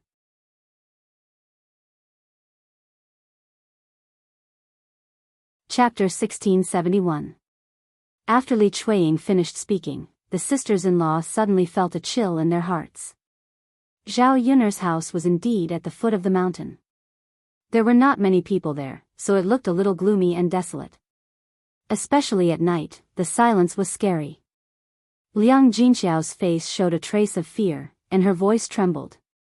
"Second sister-in-law, don't scare me." "I'm not scaring you. I'm just reminding you. It's really dangerous at night. It's always good to be careful." "Sigh, now that you mention it, I'm a little scared to sleep at night." Liang Jinxiao clutched her chest and said. She believed in ghosts and gods, so she felt scared. If she didn't believe in ghosts, she naturally wouldn't feel scared.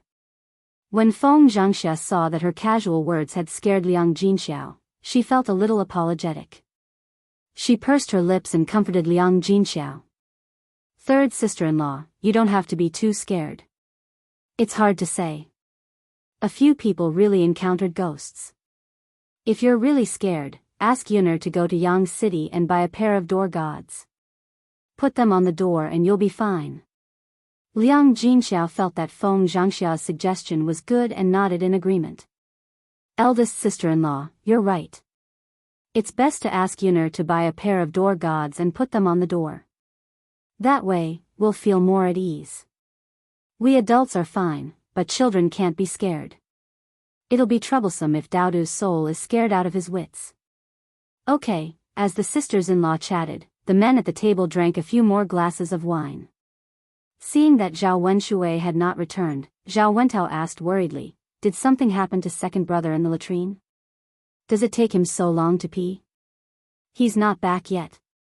When the others heard Zhao Wentao's words, they realized that Zhao Wenshui had indeed been in the latrine for a long time. Second brother drank too much. Could it be that he couldn't walk properly and fell? "I'll hurry over and take a look," Zhao Wenhua said. "Third brother, I'm going too. Let's go together." Zhao Baoshan nodded and said to Zhao Wentao and Zhao Wenhua, Go. That lazy bum, I think he fell asleep in the toilet." When Zhao Wentao and Zhao Wenhua arrived at the latrine pit, they found that it was just as Zhao Baoshan had said. Zhao Wenshui lay down in the corner of the latrine pit, snoring loudly. Zhao Yunlong and Zhao Wentao looked at each other, somewhat shocked by the scene in front of them. Second brother really fell asleep in the latrine. Father was right. Father knows second brother best. Yes. Second brother probably drank too much and fell asleep as soon as he fell on the ground. Let's quickly help him up and send him back. How can someone sleep in the latrine? All right. The two brothers each took one side of Zhao Wenshui and carried Zhao Wenshui in the middle. It was a little difficult for them to walk while supporting him. Zhao Wenshui's entire body was on top of the two brothers. It was very heavy. It was unknown if Zhao Wentao and Zhao Wenhua had moved Zhao Wenshui, but Zhao Wenshui began to mutter. "Sister-in-law. Your butt is so white and smooth. It feels so good to touch. Hee, you didn't let me touch it. Now I can touch it. Sister-in-law, let me touch it again. Your butt is much more comfortable than my wife's. Sister-in-law, don't be afraid. It's fine if Big Brother finds out. Big Brother and I are brothers. We share blessings and misfortunes. What's wrong with letting me touch his wife's butt? Sister-in-law.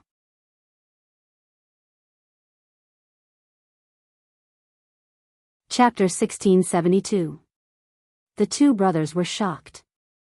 They never expected Zhao Wenshui to say something like that. Zhao Wentao asked Zhao Wenhua uncertainly, Brother Yulin, did you hear that? Is second brother talking about sister-in-law? Zhao Wenhua nodded. Yeah, I heard that. Zhao Wentao opened his mouth. Brother Yulin. Did second brother really touch sister-in-law's butt? How could he do something like that? This. Zhao Yunlong frowned, and there was a hint of worry in his deep feelings. This matter is hard to say. Perhaps second brother is drunk and is talking nonsense now. Zhao Wentao nodded. He felt that Zhao Wenhua's guess was more likely. Yeah. Second brother is very drunk right now and is talking nonsense. There was still some worry between Zhao Yunlong's brows, but then again, second brother can't be like this. Regardless of whether second brother is talking nonsense or not, if big brother hears this, second brother will definitely be beaten up. Zhao Wentao replied, yeah. Anyone would get angry if they heard that. Second brother is really muddle-headed. Sigh. Let's hurry up and wake second brother up. Otherwise, if big brother hears him spouting nonsense again, our family will be in trouble tonight. Yeah, we have to wake second brother up. The two brothers quickly patted Zhao Wenshui's cheeks. Second brother, wake up. Second brother, stop sleeping. Wake up. Hurry up and wake up. Drink. I still want to drink. Don't stop me. Zhao Wenshui mumbled. He was so drunk that he didn't seem like he was going to wake up anytime soon. Brother Yulin, it's useless. We can't wake second brother up. Why don't we punch him to wake him up? Zhao Wenhua asked tentatively. Is that okay? Will second brother be angry? Will he tell us that we'll beat him up later? Zhao Wentao was a little hesitant. He didn't dare to make this decision easily. Zhao Wenhua sighed. There's no other way. If we don't wake second brother up, big brother will beat him up. It won't be a matter of one punch.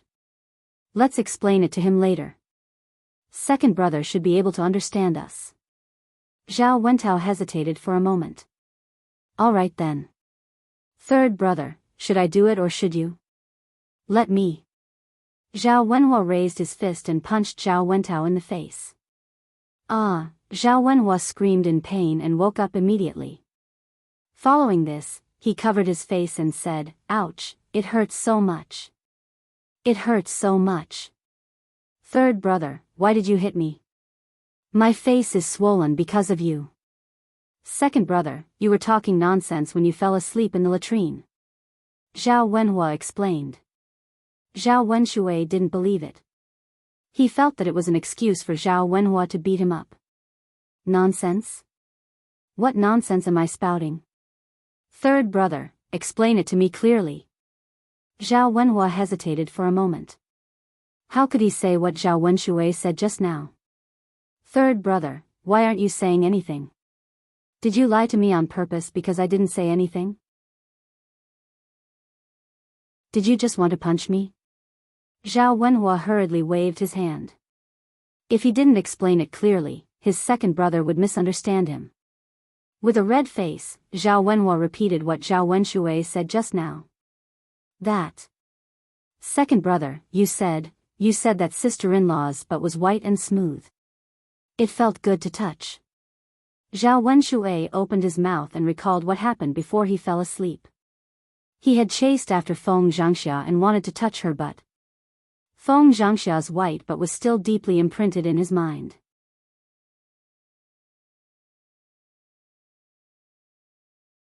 Chapter 1673. Zhao Wenhua nodded heavily and said, yes, second brother.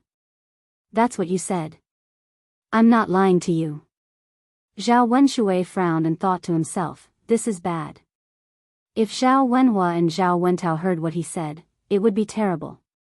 If his eldest brother heard about it, his legs would be broken. Zhao Wenshui frowned. Zhao Wentao and Zhao Wenhua thought that Zhao Wenshui did not believe him. Second brother, third brother is telling the truth. I heard it too. That's what you said. Zhao Wentao confirmed. This. It can't be. You must have heard wrongly. Don't talk nonsense. If anything happens later, it'll be your fault. Zhao Wenshui and Zhao Wenhua were helpless. They were not talking nonsense. They were telling the truth. Second brother, since you're awake now, don't let it slip in front of big brother later. It's fine if we hear it, but if big brother hears it, he might get angry. I know. Zhao Wenshui answered impatiently. The three of them walked towards Zhao Yun's house. As soon as Zhao Wenshui entered the house, he met Zhao Baoshan's disdainful eyes. Second brother, did you fall into a cesspool or something? Zhao Wenshui smiled embarrassedly. Father, what are you talking about? If I fell into a cesspool, I would be smelly now. Zhao Wenhua explained, Father, second brother drank too much and fell asleep in the cesspool. You guessed it right. Zhao Baoshan rolled his eyes. The more he looked at Zhao Wenshui, the more disdainful he became. He was speechless when he thought that Zhao Wenshui really fell asleep in the cesspool. If you're drunk, then don't drink anymore. Look at what you've become. Fortunately, you're at home. If you were anywhere else, you'd be a laughing stock. Zhao Wenshui could only lower his head and let Zhao Baoshan scold him without daring to talk back. He knew that if he dared to talk back, Zhao Baoshan would continue to nag him. Dad, don't say any more. Second brother drank too much today. He definitely won't do it again. Zhao Wenhua mediated. Zhao Baoshan snorted and didn't say anything else. Zhao Wenshui breathed a sigh of relief. When he walked over to the table, he caught a glimpse of Feng Zhangxia. Thinking of what he had just done, Zhao Wenshui felt guilty and couldn't help but look at Feng Zhangxia. He didn't know if his sister-in-law would tell his elder brother about this. If his elder brother knew about it, he didn't dare to imagine the consequences. However, Feng Zhangxia felt that Zhao Wenshui was looking at her and had some dirty thoughts. She couldn't help but frown. Her second brother was too much. It was fine if he went out to find other women, but he actually had ideas about her. Was she someone he could covet? No. No matter what, she couldn't be targeted by Zhao Wenshui. She had to teach Zhao Wenshui a lesson later and see if he still dared to do it. Sister-in-law, what's wrong? Seeing that Liang Jinxiao was suddenly lost in thought, Qian Hongzhe patted Feng Zhangxia a few times. No, nothing. Feng Zhangxia came back to her senses and replied weakly. She didn't look good. At the dining table, the men continued to drink wine. However, Zhao Yun had made too much food. The men ate until their stomachs burst, but there was still a lot left.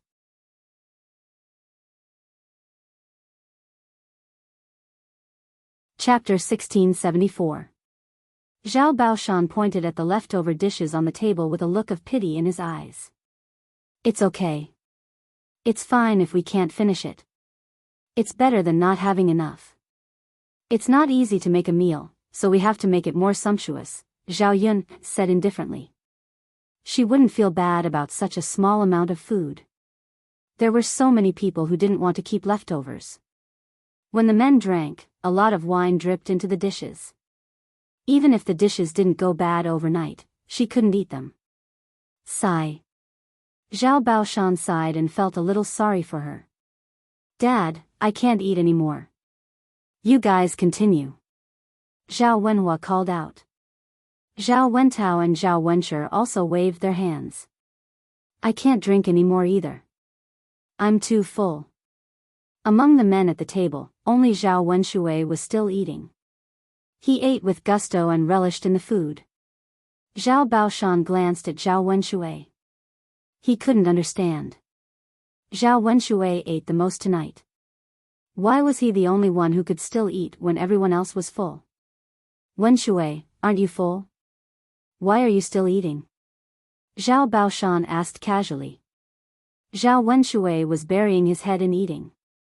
When he heard Zhao Baoshan's words, he raised his head and replied nervously, I'm fine. Zhao Wenshui was afraid that Zhao Baoshan wouldn't let him eat anymore, so he was a little worried.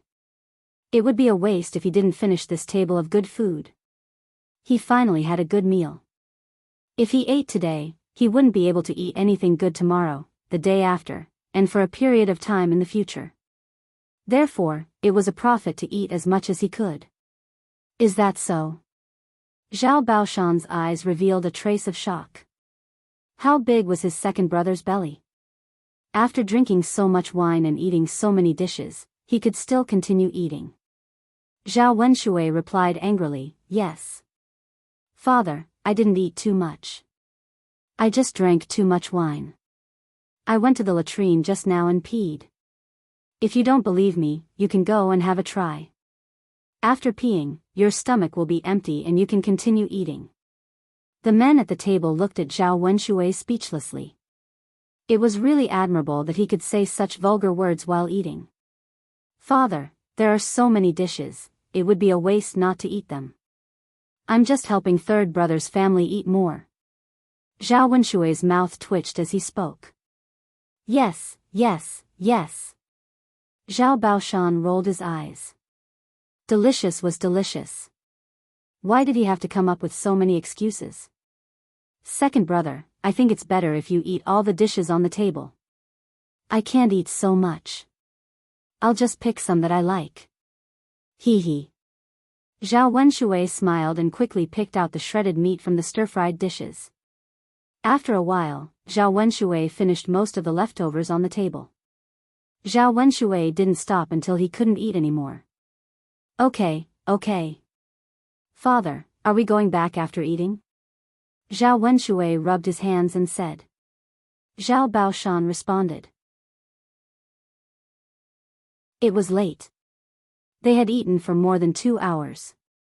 It was completely dark outside. Let's go. Third brother and the others have to rest well tonight. They're tired from moving. Father, take care. It's dark at night and you can't see the road clearly. Help each other. Got it. Old Zhao's family said and left Zhao Yun's house one after another. After these people left, the house fell into silence.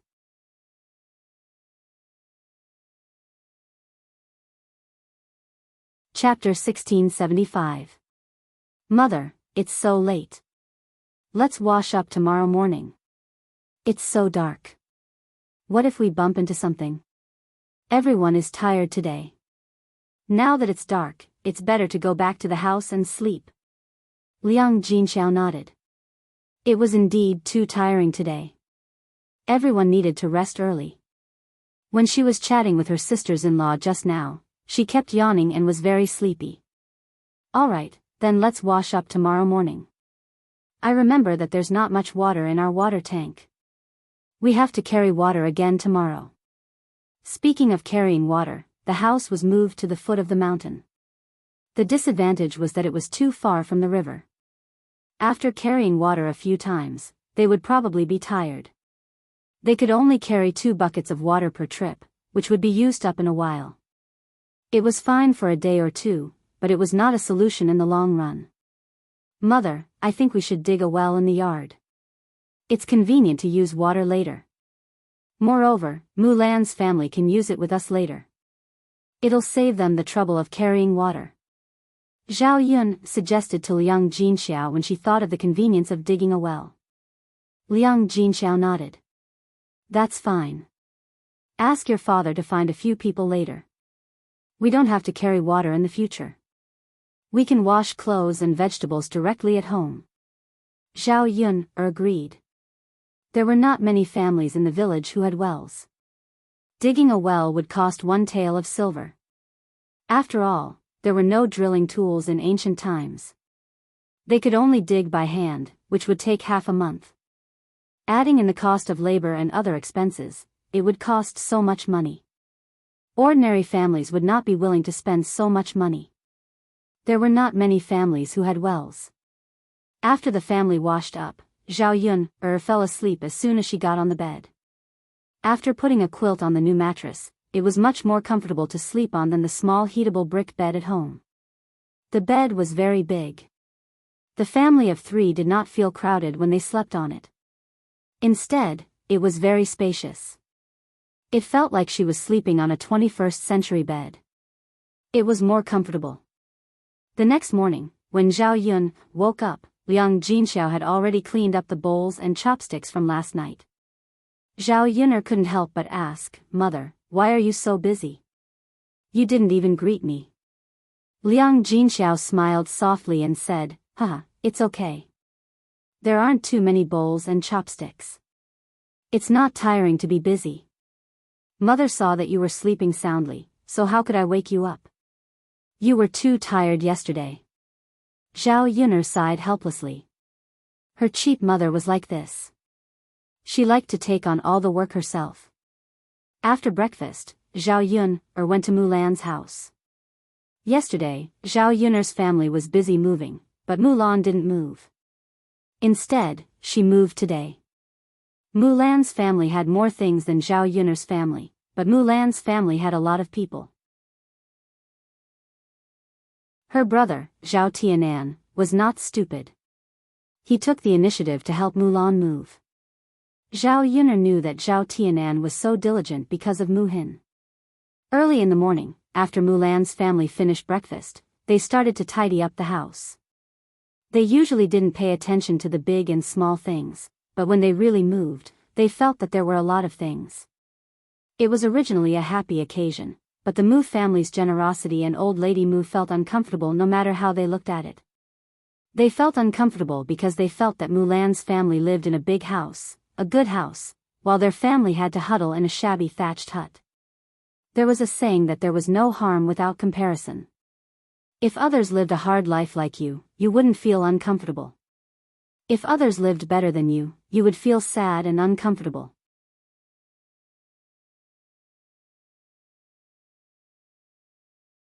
Chapter 1676. If you knew, you wouldn't have split up in the first place. Now I know why you made such a fuss. Wasn't it because you despised me for being an old woman? Now that you're living a good life, you don't even bring me along. I really raised a son for nothing. He's so unfilial. After Mrs. Zhu finished speaking, Madame Qi added, "That's right, mother. Although we've split up, you're still second brother's mother. No matter what, you have to take care of your own mother. How can second brother not bring you along when he's living in a big house?" Mrs. Zhu snorted softly. If only he had the heart. Why did God let me give birth to such a heartless son? I raised him for nothing all these years. That's right, mother. Our Daniu wouldn't treat you like this.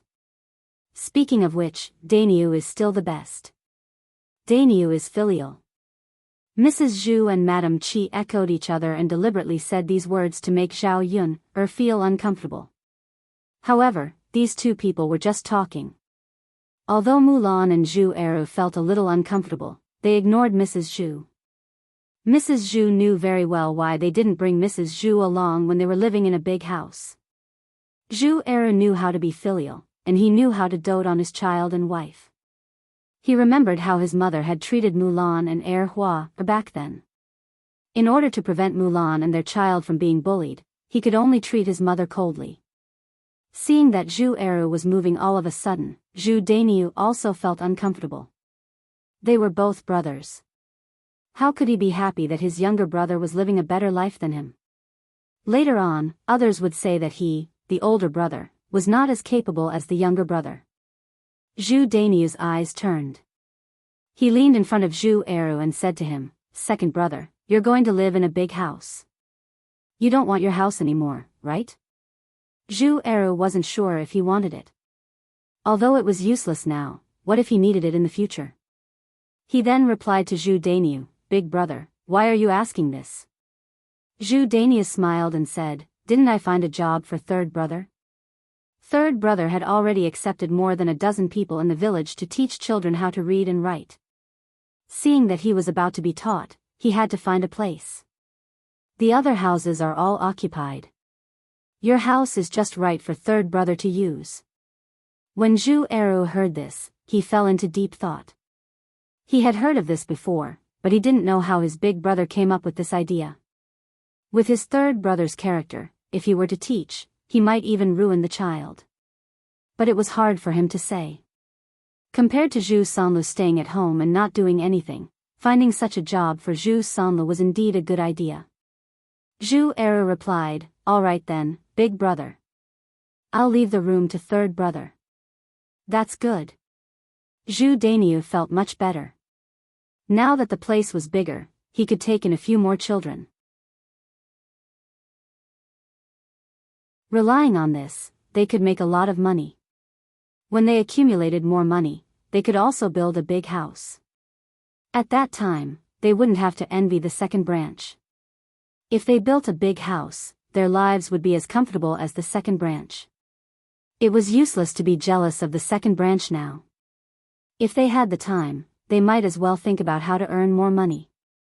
Zhu Daniu was still very confident about making a fortune by letting Zhu Sanlu teach children how to read and write.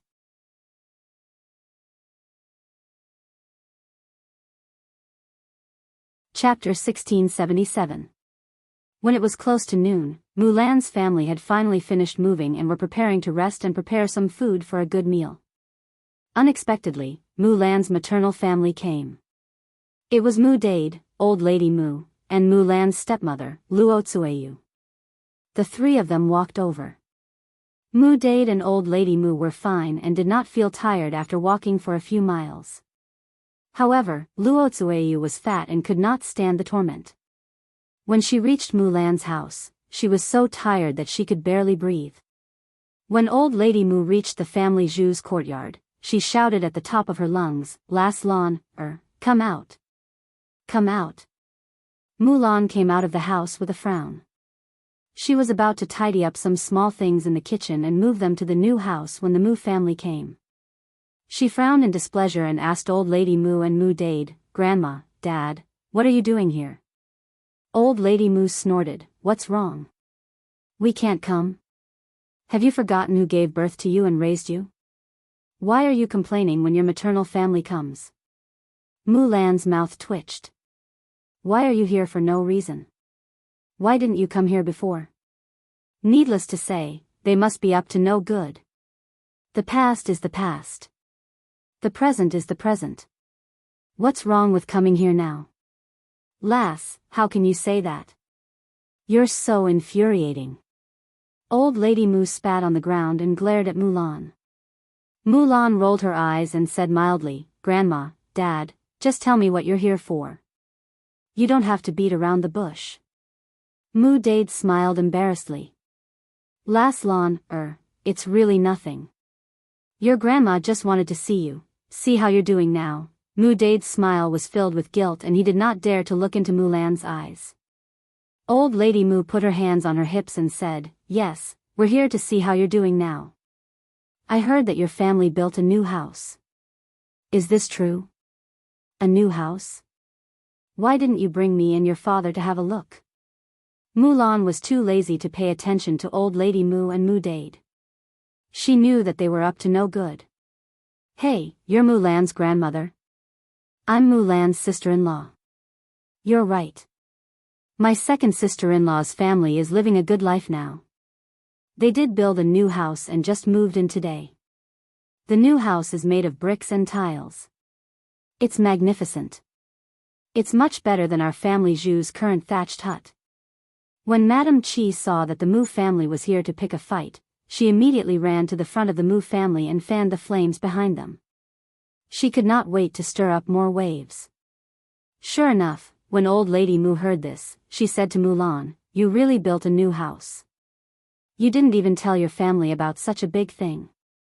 Lass, you're looking down on your family more and more. Don't you know who gave birth to you and raised you?" Mulan was speechless. It was precisely because they were her family that she felt even more embarrassed. Madame Qi watched the show with a smug expression. Her second sister-in-law's life had been too smooth recently, so she had to find trouble for her and make her take a gamble.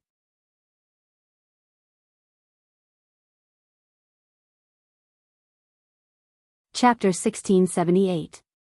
Little girl, what are you talking about? What do you mean it has nothing to do with us? Are you really rich and capable? You don't care about your family anymore? Let me tell you. No matter what, you have to take us to your new house to take a look. Since your family is doing so well, and your father didn't raise you easily, hurry up and take out some money to show filial piety to your father. Otherwise, we won't leave today. Old Madame Mu stood in Mulan's courtyard with the intention of causing trouble. If she didn't get some benefits from her today, she probably wouldn't let it go. What are you doing? Mulan asked coldly, why are you asking me for money? Why should I give it to you? Because you are a member of the Mu family. Your father gave birth to you and raised you, so you have to be filial. Old Madame Mu's attitude was very tough. Mulan was fuming with anger. Last time they made a scene on the street, this time they came directly to her house. They refused to leave, and she was the one who was annoyed. For the first time, she felt that her family was so thick-skinned. If you don't want to leave, then I won't leave.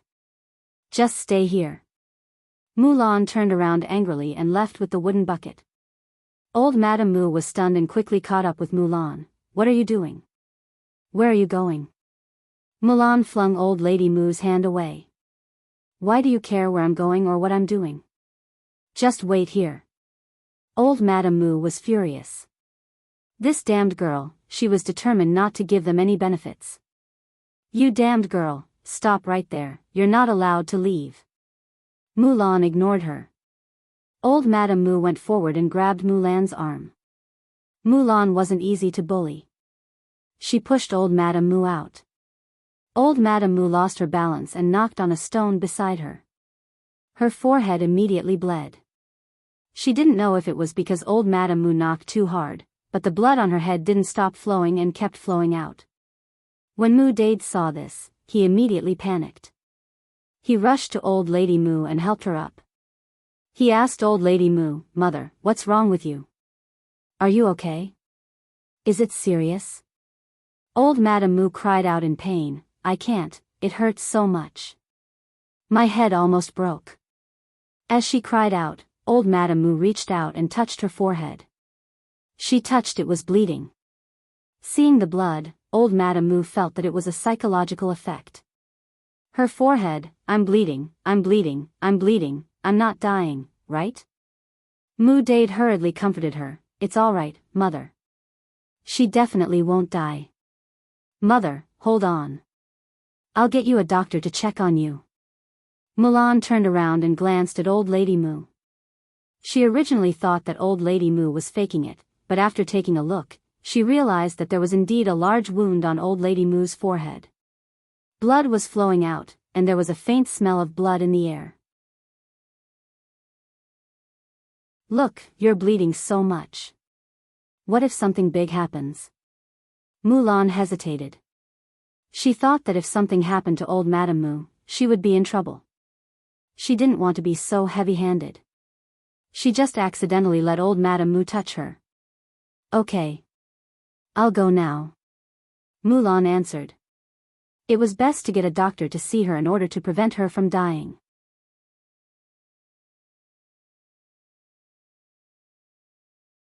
Chapter 1679. Old Lady Mu muttered, how would I know that this damned girl would be so ruthless? She actually hit me. She's really angering me to death. AI. Mother, there's no point in saying this now. Your head needs to be treated quickly. You've lost so much blood all of a sudden, your body will definitely be very weak when you return. You have to properly recuperate when you get home. Otherwise, your blood won't come back up.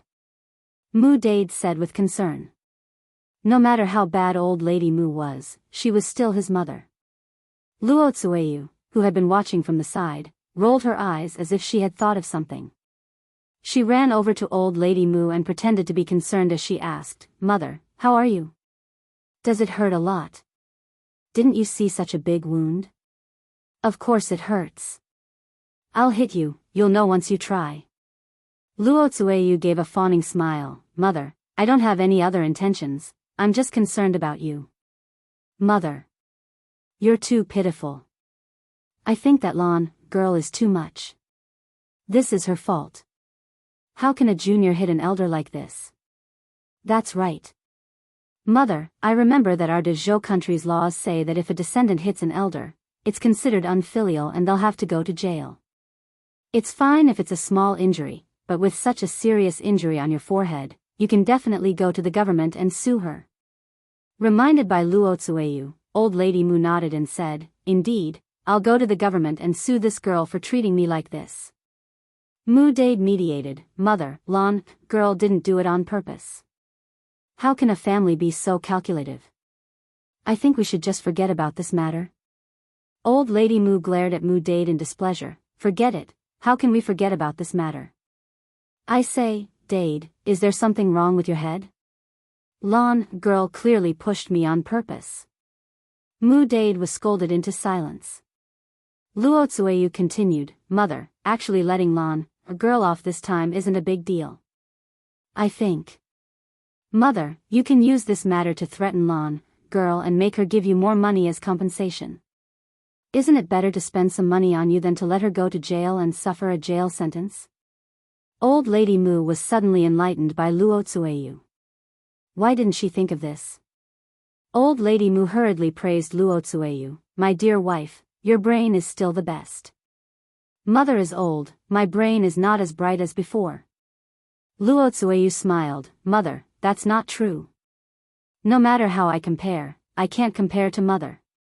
Old lady Mu calculated in her heart, this wretched girl, she hurt me so badly, I definitely can't let her off easily. I have to make her compensate me more money. I'm afraid that the injury on my head won't heal in a day or two. You won't be able to do anything at home. In my opinion, why don't I just stay at her house and let her serve me until the injury on my head is healed? All these years, I've been living in a small mud house. Now it's my turn to experience what it's like to live in a big house. Luo Tsueyu hurriedly followed behind and said, Yes, Mother, that's a good plan. Dade and I will stay with you and take care of you together. Yes. All three of us will stay. Mother, this won't do, right? Mu Dade felt that something was amiss. How could he trick Mulan like this?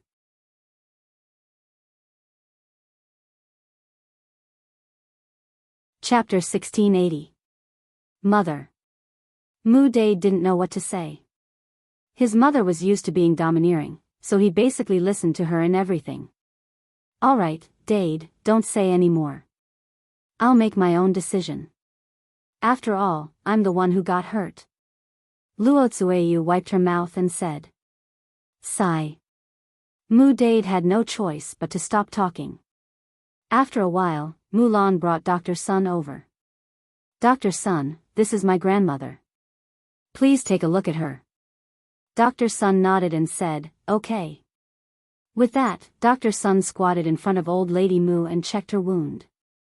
This injury isn't light, but fortunately, it's just a little bit of blood. It's not a big deal. You just need to recuperate and eat something to replenish your blood. After hearing Dr. Sun's words, Mulan breathed a sigh of relief. It was fine as long as she didn't die. If old lady Mu died, then she would be charged with murder. This was a big crime that she couldn't bear. She couldn't implicate herself because of the shameless Mu family. It wasn't worth it. Mother, the doctor said you're fine. Mu Dade said. Old lady Mu held her forehead and pretended to be in pain. Fine? How can I be fine? My head hurts a lot now. Lan, I'm telling you. You have to be responsible for what happened today. Otherwise, I'll go to the government and sue you for being unfilial and let you go to jail. Mulan frowned. Was old lady Mu threatening her? Compensation? What kind of compensation do you want? Mulan asked unhappily. Old lady Mu rolled her eyes. I'm injured like this today. You have to compensate me with at least 10 taels of silver, right? I'll be staying at your house for a while. You should buy more food to replenish my blood and nourish my body. Mulan was furious when she heard old lady Mu's words. 10 taels of silver? Why don't you go and rob? You'd be faster if you did. You want to extort so much money from me? Are you asking for too much? Old Lady Mu was once again angered by Mulan. She angrily pointed at Mulan and said, You. Fine. You refuse a toast only to be forced to drink a forfeit. If you don't give me the money, I'll go to the government office to sue you. You'll suffer later. Mulan smirked. Grandma, go ahead and sue me. Anyway, I can't take out so much money. Even if you force me to death, I can't take it out. Why don't I go to jail? You. Old Lady Mu was so angry that she couldn't speak. She originally wanted to use this to threaten Mulan, but Mulan didn't seem to care at all. So what was there to threaten? Glancing at Old Lady Mu on the ground, Mulan sneered and said, Father, I advise you to quickly bring grandmother back, or else I will continue to attack. Old Lady Mu scowled and scolded, What did you say? You still want to attack me? Mulan shrugged. Yes, I still want to take a knife and stab you a few more times. Anyway, you've already gone to the government office to sue me. I don't mind getting hurt more.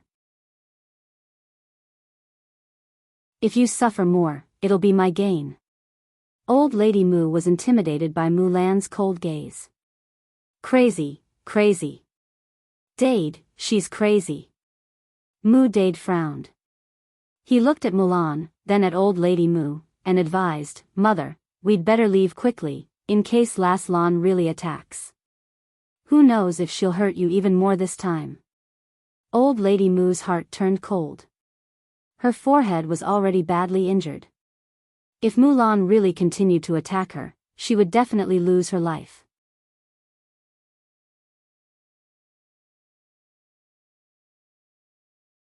Chapter 1681. Old Lady Mu tugged at Mu Dade and said, Go. Hurry up and take me away. Okay, Mother. Mu Dade said as he helped Old Lady Mu up from the ground. Luo Tsueyu also thought that Mulan had gone crazy. It was possible to discuss some things with normal people, but there was no room for discussion with a crazy person. What was the point of sacrificing their lives for a bit of money? Mulan's eyes flashed coldly as she watched the three of them flee in a fluster. Some people really couldn't be courteous with. The more courteous they were, the more insatiable they would be. On the contrary, if one's attitude was too strong, they wouldn't dare to say anything more. However, although the Mu family had left, the worry in Mulan's heart did not dissipate. She always felt that the Mu family was not so easy to deal with and might come back again. At that time, it would be another troublesome matter. Sigh. Mulan sighed, not knowing what to say. Mulan carried the wooden bucket somewhat dejectedly and continued to walk towards her big house.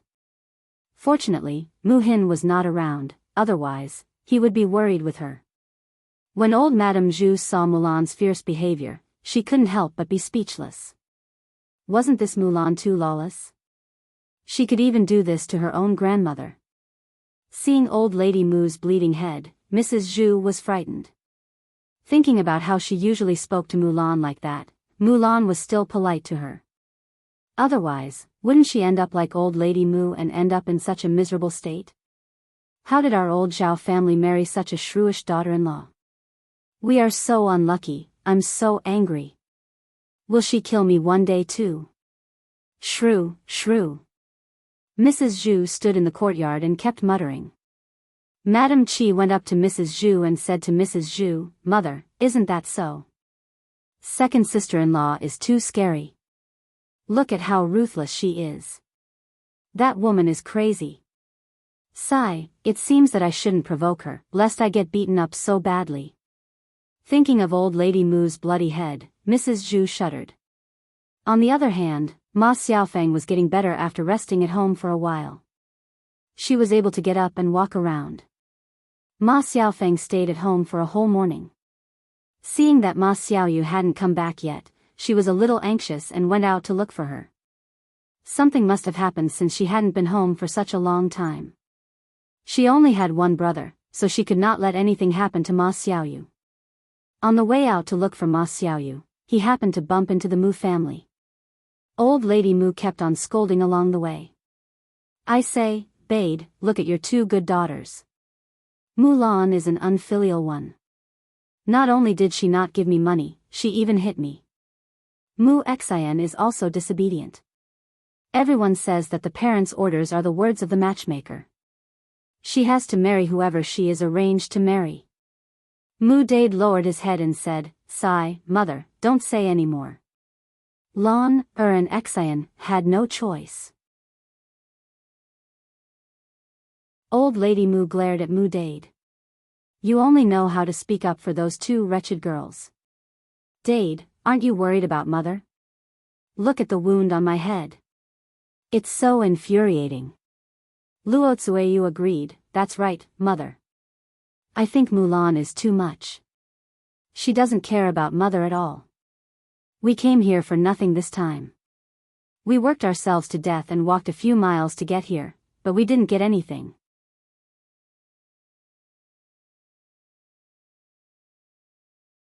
Chapter 1682. Mother, there's no other way. We just can't get it or fight for it. Let's just forget about it. What if the next time we come over like today, we'll suffer a huge loss? Luo Tsueyu thought about it and persuaded her mother. Even if the Mu family really made a fuss next time, she wouldn't come over. Walking back and forth twice was really tiring. She was so fat that she couldn't stand the torment at all. Now, she was panting heavily after taking a few steps. Wife, what you said makes sense, but I just can't accept it.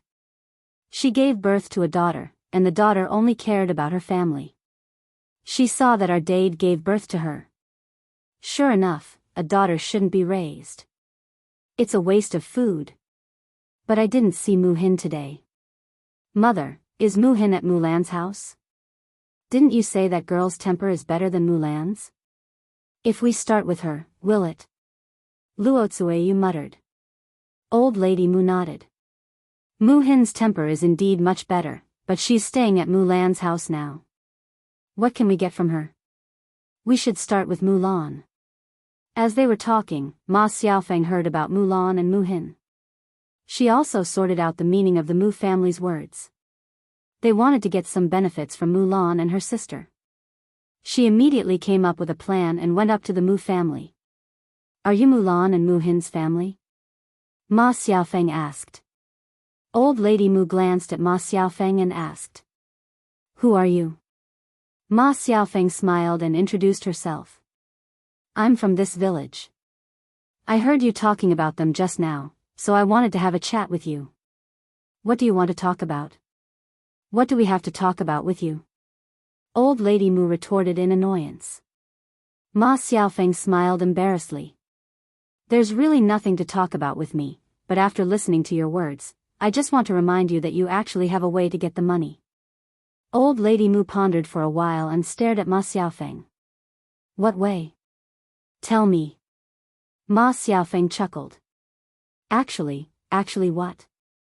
Haven't you heard? Mu-hin is getting married. And it's the richest family in our village. They've built more than 10 houses. They have as much money as they want. It was estimated that they would have to hold their wedding soon. Since you are her maiden family, could it be that she didn't discuss such a big matter with you? I think they'll give a lot. After Ma Xiaofeng finished speaking, Old Lady Mu's eyes lit up. Miss, are you telling the truth? You're not lying to us, are you? Ma Xiaofeng pursed her lips and smiled. Why would I lie to you? You can just ask around in the village and you'll know. Old Lady Mu nodded and replied, that's true. You don't have to lie to us. After Old Lady Mu finished speaking, she turned to Mu Dade and said, Dade, did you hear that? Mu-hin's life is so good that she's going to marry into a rich family. These two girls are getting more and more out of hand. Don't tell me that Mu-hin's marriage doesn't need to be discussed with us. It's her parents' orders and her matchmaker's words. Even if we don't force her, we don't have to agree to who she wants to marry. If they want to take Mu-hin back, they have to give us a betrothal gift. Otherwise, we'll go and make a scene. This time, we can at least get some money back to live a good life.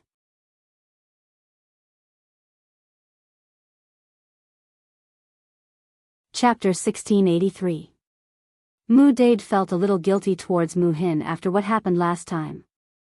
Now that Mu Hin had finally found a good family to marry, how could he have the nerve to continue causing trouble?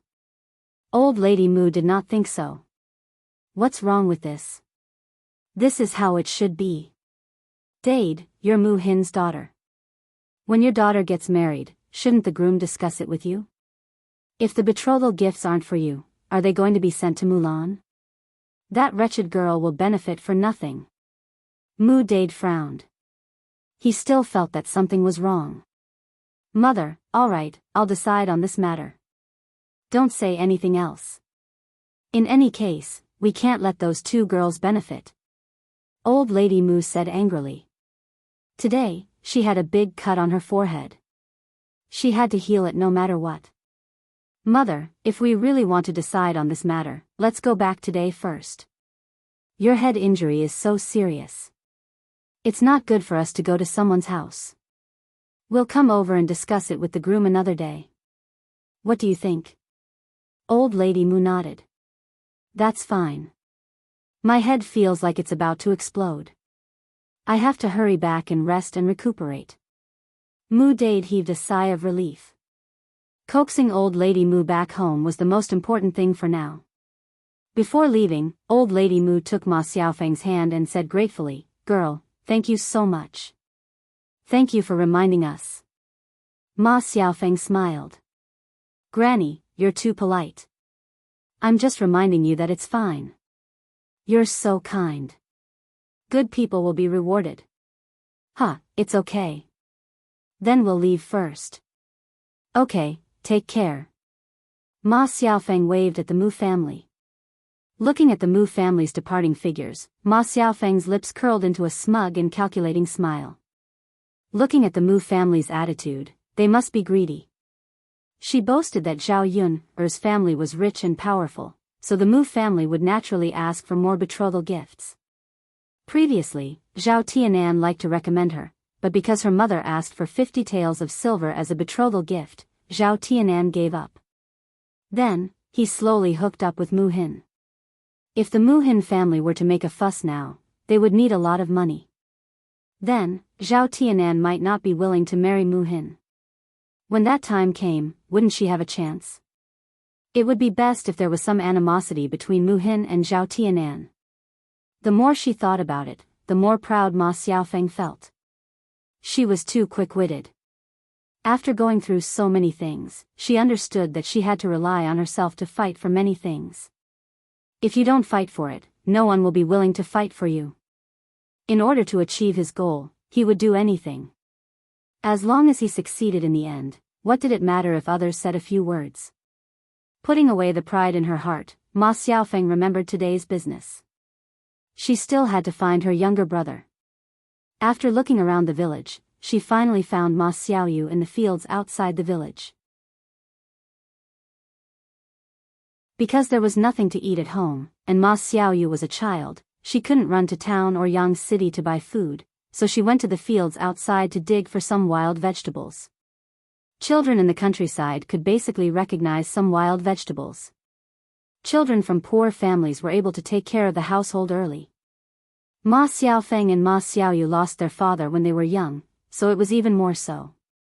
Ma Xiaoyu dug for wild vegetables the whole morning, and her basket was almost full. Just as she was about to carry the basket home, a few children suddenly ran in front of Ma Xiaoyu and pushed her into the rice field.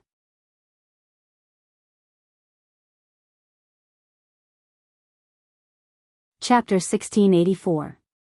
Her face and hair were also covered in mud. She was filthy. Ma Xiaoyu did not cry. Instead, she got up from the paddy field and glared angrily at the children who had pushed her into the paddy field.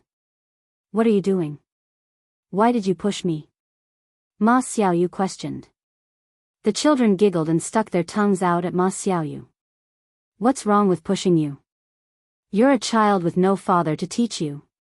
Hee hee, your mother and sister aren't good people, so you're not a good person either. My mother also said that your whole family is shameless. The old ones are bad, the young ones are bad too. You're a bad person, so we're here to teach you a lesson. Yes. We'll teach you a good lesson. The naughty brats humiliated Ma Xiaoyu, laughing as they spoke. Ma Xiaoyu's face darkened when she heard that. She said angrily to the children, "No, no, no, it's not like what you said." "What do you mean it's not like what we said?" "That's what my father and mother said." "That's right. My parents said the same thing." Ma Xiaoyu pouted angrily and argued, "My mother and sister are not bad people. I'm not a bad person either. Don't talk nonsense. I'll beat you up if you keep talking." "Huh, you dare to beat us up? There are so many of us. Can't we beat you?" "Everyone, beat him to death. He's a bad child. He wants to bully us." "Yes, beat him up." Ma Xiaoyu clenched her fists. When she saw the children rushing over, she also started fighting with them. However, he was only one person and was outnumbered. Soon, he was pinned to the ground and beaten by the children. When Ma Xiaofeng went over, she happened to see Ma Xiaoyu being beaten up. Seeing that Ma Xiaoyu's face was bruised and swollen, Ma Xiaofeng's heart tightened. She rushed over and pushed away the children who were surrounding Ma Xiaoyu. "What are you doing? Who told you to be so cruel at such a young age? Go back and look for your parents." Ma Xiaofeng reprimanded angrily. However, the children were used to being naughty. How could they be afraid of Ma Xiaofeng's threat? "So be it. We didn't hit the wrong person. Your whole family is bad people, so it's only right to beat you up. Yes, you should be her. My mother said that your family likes to seduce men. You shouldn't have stayed in the village." When Ma Xiaofeng heard this, she couldn't control her anger. "Fine. How dare you scold others and spout nonsense? If your parents don't educate you, I will help them educate you." As Ma Xiaofeng spoke, she rolled up her sleeves and prepared to beat him up. The kids were smart. They knew that Ma Xiaofeng was bigger than them, so they probably couldn't beat her. They all ran away like a gust of wind. Ma Xiaofeng couldn't catch up with them. After a while, the children who bullied Ma Xiaofeng ran away. Ma Xiaofeng didn't chase after them. However, she couldn't get rid of the anger in her heart. Thinking of the children's words, Ma Xiaofeng knew that the villagers were still talking behind their backs about what had happened to their family, especially the gossipy women. They liked to talk about other people's faults and made fun of them. Their family wouldn't be able to raise their heads in the village. Ma Xiaofeng felt like there was something pressing down on her heart. She felt like she couldn't breathe.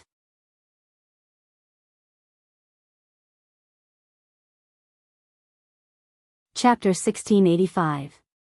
Sob sob sob, sob sob sob. Ma Xiaofeng rushed to Ma Xiaoyu when she saw her crying pitifully. She asked Ma Xiaoyu, "Xiaoyu, what's wrong? Are you in pain?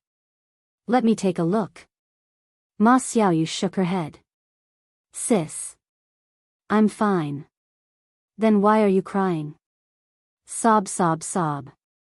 "Sis. They're scolding me, you and Mom. I feel terrible when I hear that." Sob sob sob, "Sis, they're too much." Ma Xiaofeng sighed when she heard that. How could she feel good about it? Ma Xiaofeng patted the back of Ma Xiaoyu's hand and said, "Xiaoyu, let's not listen to what others say. It's fine as long as we know what we're like." Ma Xiaoyu answered in a voice as soft as a mosquito's. Ma Xiaofeng's heart ached when she saw her younger brother being bullied to this extent. She quickly comforted Ma Xiaoyu. "Xiaoyu, let's bear with it a little longer. Trust me, I'll definitely lead you and Mom to a good life. I'll never let you be bullied again." Since they couldn't stay in the village any longer, she had to think of a way. If they had the money, they could move out of the village and live in Yang City or a town.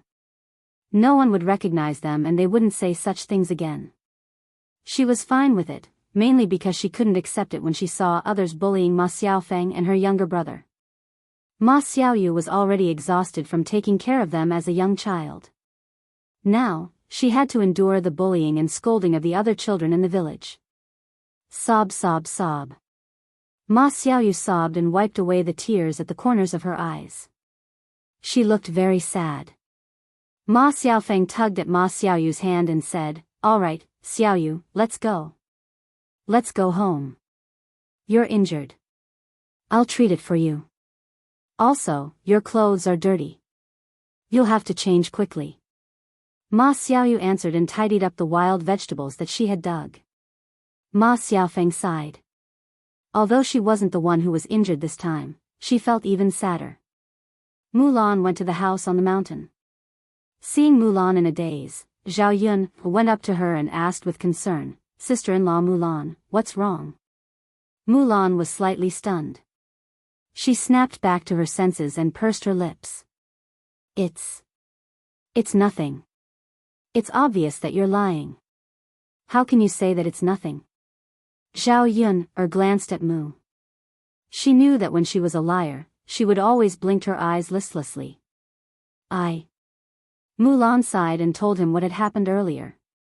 When Zhao Yun heard that, she was very angry. The Mu family, what they doing? She was they now, question mark.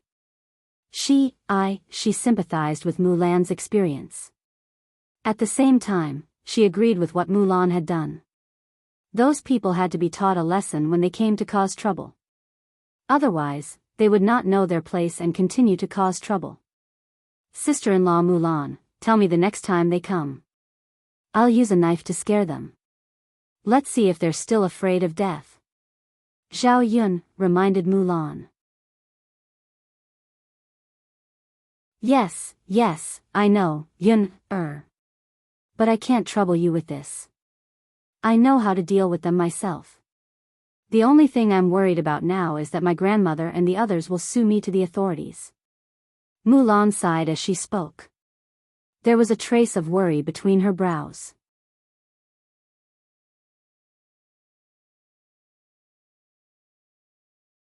Chapter 1686. I hope so. At that time, we can only count on the county deputy to make the decision. Okay.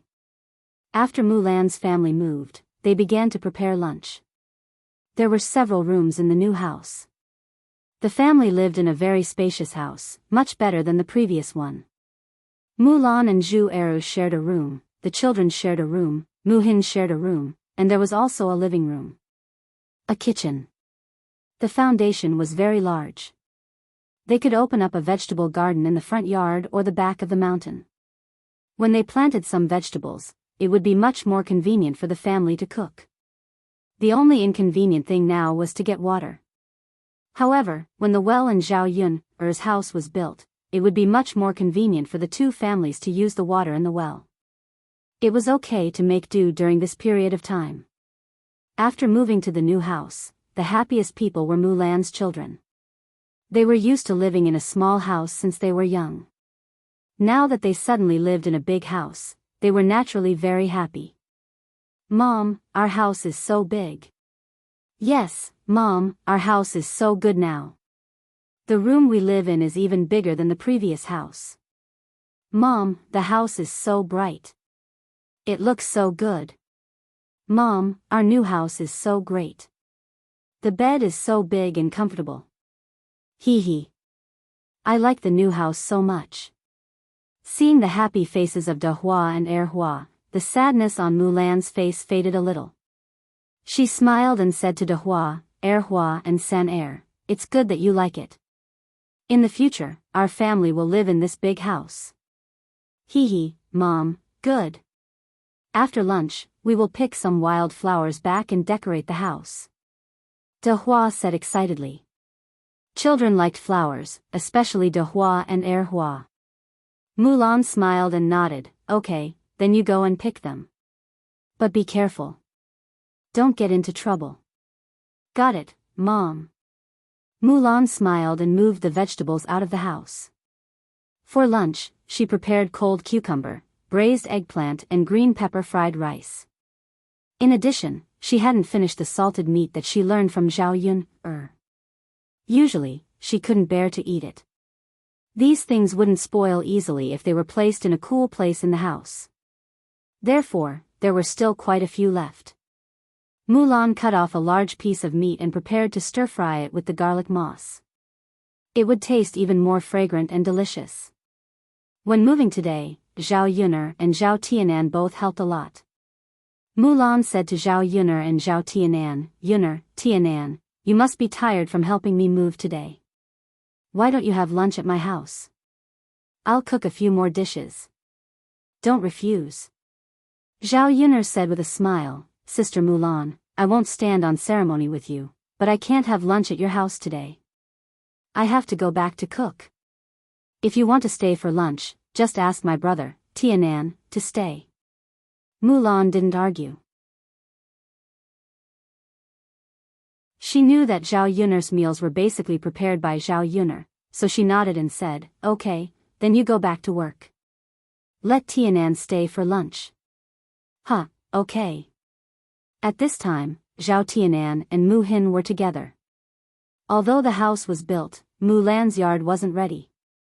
Mulan didn't plan to use bricks to fence it. Bricks were more expensive, and their family didn't have that much money. It was more practical to save the money to buy more food for the children. As for the yard wall, they might as well use a little fence to prevent small animals from entering.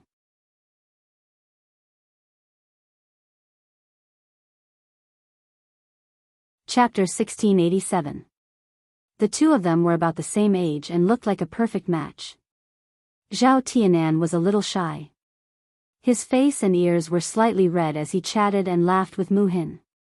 Zhao Yun couldn't help but smile when she saw this. In fact, love at this age was very pure and beautiful. It was not easy for the two children to be together. Fortunately, Zhao Tianan didn't stubbornly stay with Ma Xiaofeng. Otherwise, she wouldn't know what to do. If their family married a lousy daughter-in-law like Ma Xiaofeng, it would be a disaster for the third branch. She would be the one who would be annoyed if things turned upside down later. Mulan laughed in Zhao Tianan's direction. "Tianan, stay at my house for lunch today." Zhao Tianan smiled shyly.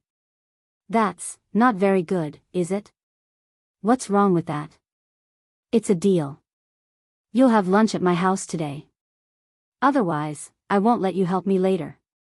Zhao Wenan hesitated for a moment. That, Zhao Yun couldn't help but laugh when she saw that her brother didn't take the bait.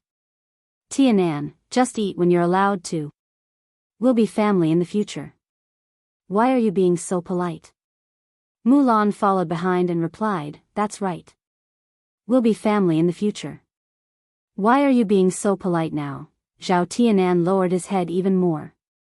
He was too embarrassed to look at Mulan and Zhao Yun.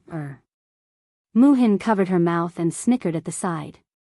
"Tianan, I think my sister and the others are right. You should stay and eat." Zhao Tianan nodded and replied, "Okay." Zhao Yun and Mulan looked at each other.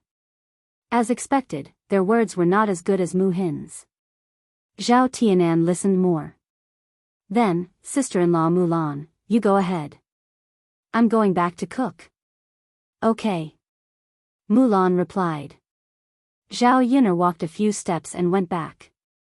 In June, when the family's fields were busy, they often had to go to the fields to weed or water the fields.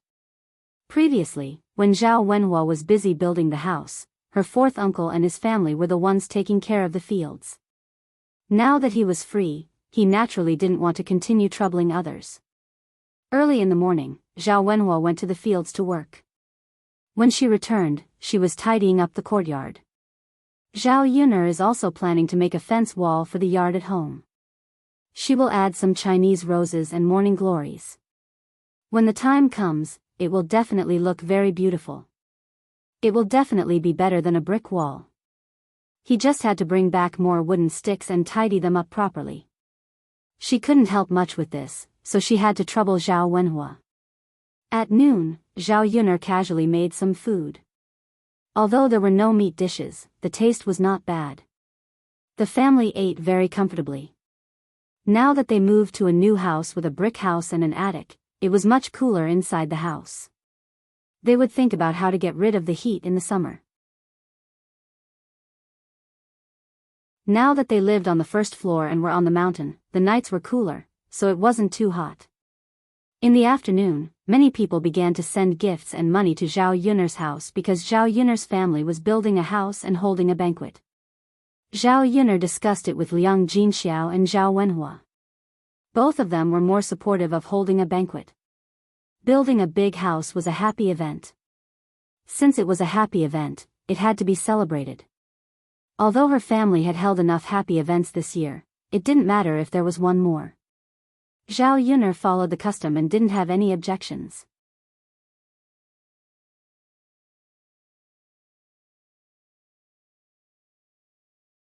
Chapter 1688. Yes, that's natural. After Jing's wedding is over, it will be Tianhu's turn. Our old Zhao family's happy events really come one after another. Isn't that so? This year, our old Zhao family's luck is good. Happy events come one after another. We have received the old ancestor's blessing. Zhao Yun couldn't stand it. She had to bring the old ancestor into the picture again. She had to say that the old ancestor was blessing her. Okay, father, mother, I'm going to collect the gift money. Zhao Yun quickly said. Okay. The few people who came were from the village. They specially sent the gift money after Zhao Yun moved. They knew that Zhao Yun's family must have been busy moving yesterday. Zhao Yun smiled and took the gift money. At the same time, she prepared a book and took a brush to record it. She had to remember how many things the villagers sent. When other people's families had happy events, her family would have to return the gifts. The village was like this. After the people sent the gifts, they took a few glances at Zhao Yun'er's house. They sighed at Zhao Yun'er's new house and went back. After De Hua-er, and San ran to pick wild flowers, they specially came to Zhao Yun'er's house. They held a large bouquet of flowers and handed it to Zhao Yun'er. Aunt Yun. Zhao Yun'er saw the children coming over and smiled. What's wrong? Aunt Yun, these are the wild flowers we picked. We sent some over for you. You can put them in your house. They look good. They're also a little fragrant. Zhao Yun'er glanced at the wild flowers in the children's hands. There were wild begonia and some unknown wild flowers. They were colorful and really looked good. She stretched her nose and sniffed. There was a faint fragrance. It's so fragrant and beautiful. Thank you. Zhao Yun didn't stand on ceremony and took the flowers from the children. Aunt Yun, you're welcome. The children all had bright smiles on their faces. Zhao Yun couldn't help but smile as well. She felt that the children were a little cute. Aunt Yun, then we will go back first. All right. Zhao Yun replied. She really had to put up the flowers the children had sent her. Zhao Yun'er just so happened to have some ceramic jars in her house, and they were perfect for flower arrangements. Looking at the flowers in her hand, Zhao Yun'er planned to put some in her room, some in the living room, and the rest in the attic. In the attic, Zhao Yun'er had placed 2 tables, one of which was a small round table. When they had nothing to do, they could come up and drink tea. The view from the attic was good, and they could see the bottom of the mountain. What came into their eyes was a crisp color. There was also a rectangular table with a bookshelf behind it. There were some books on it.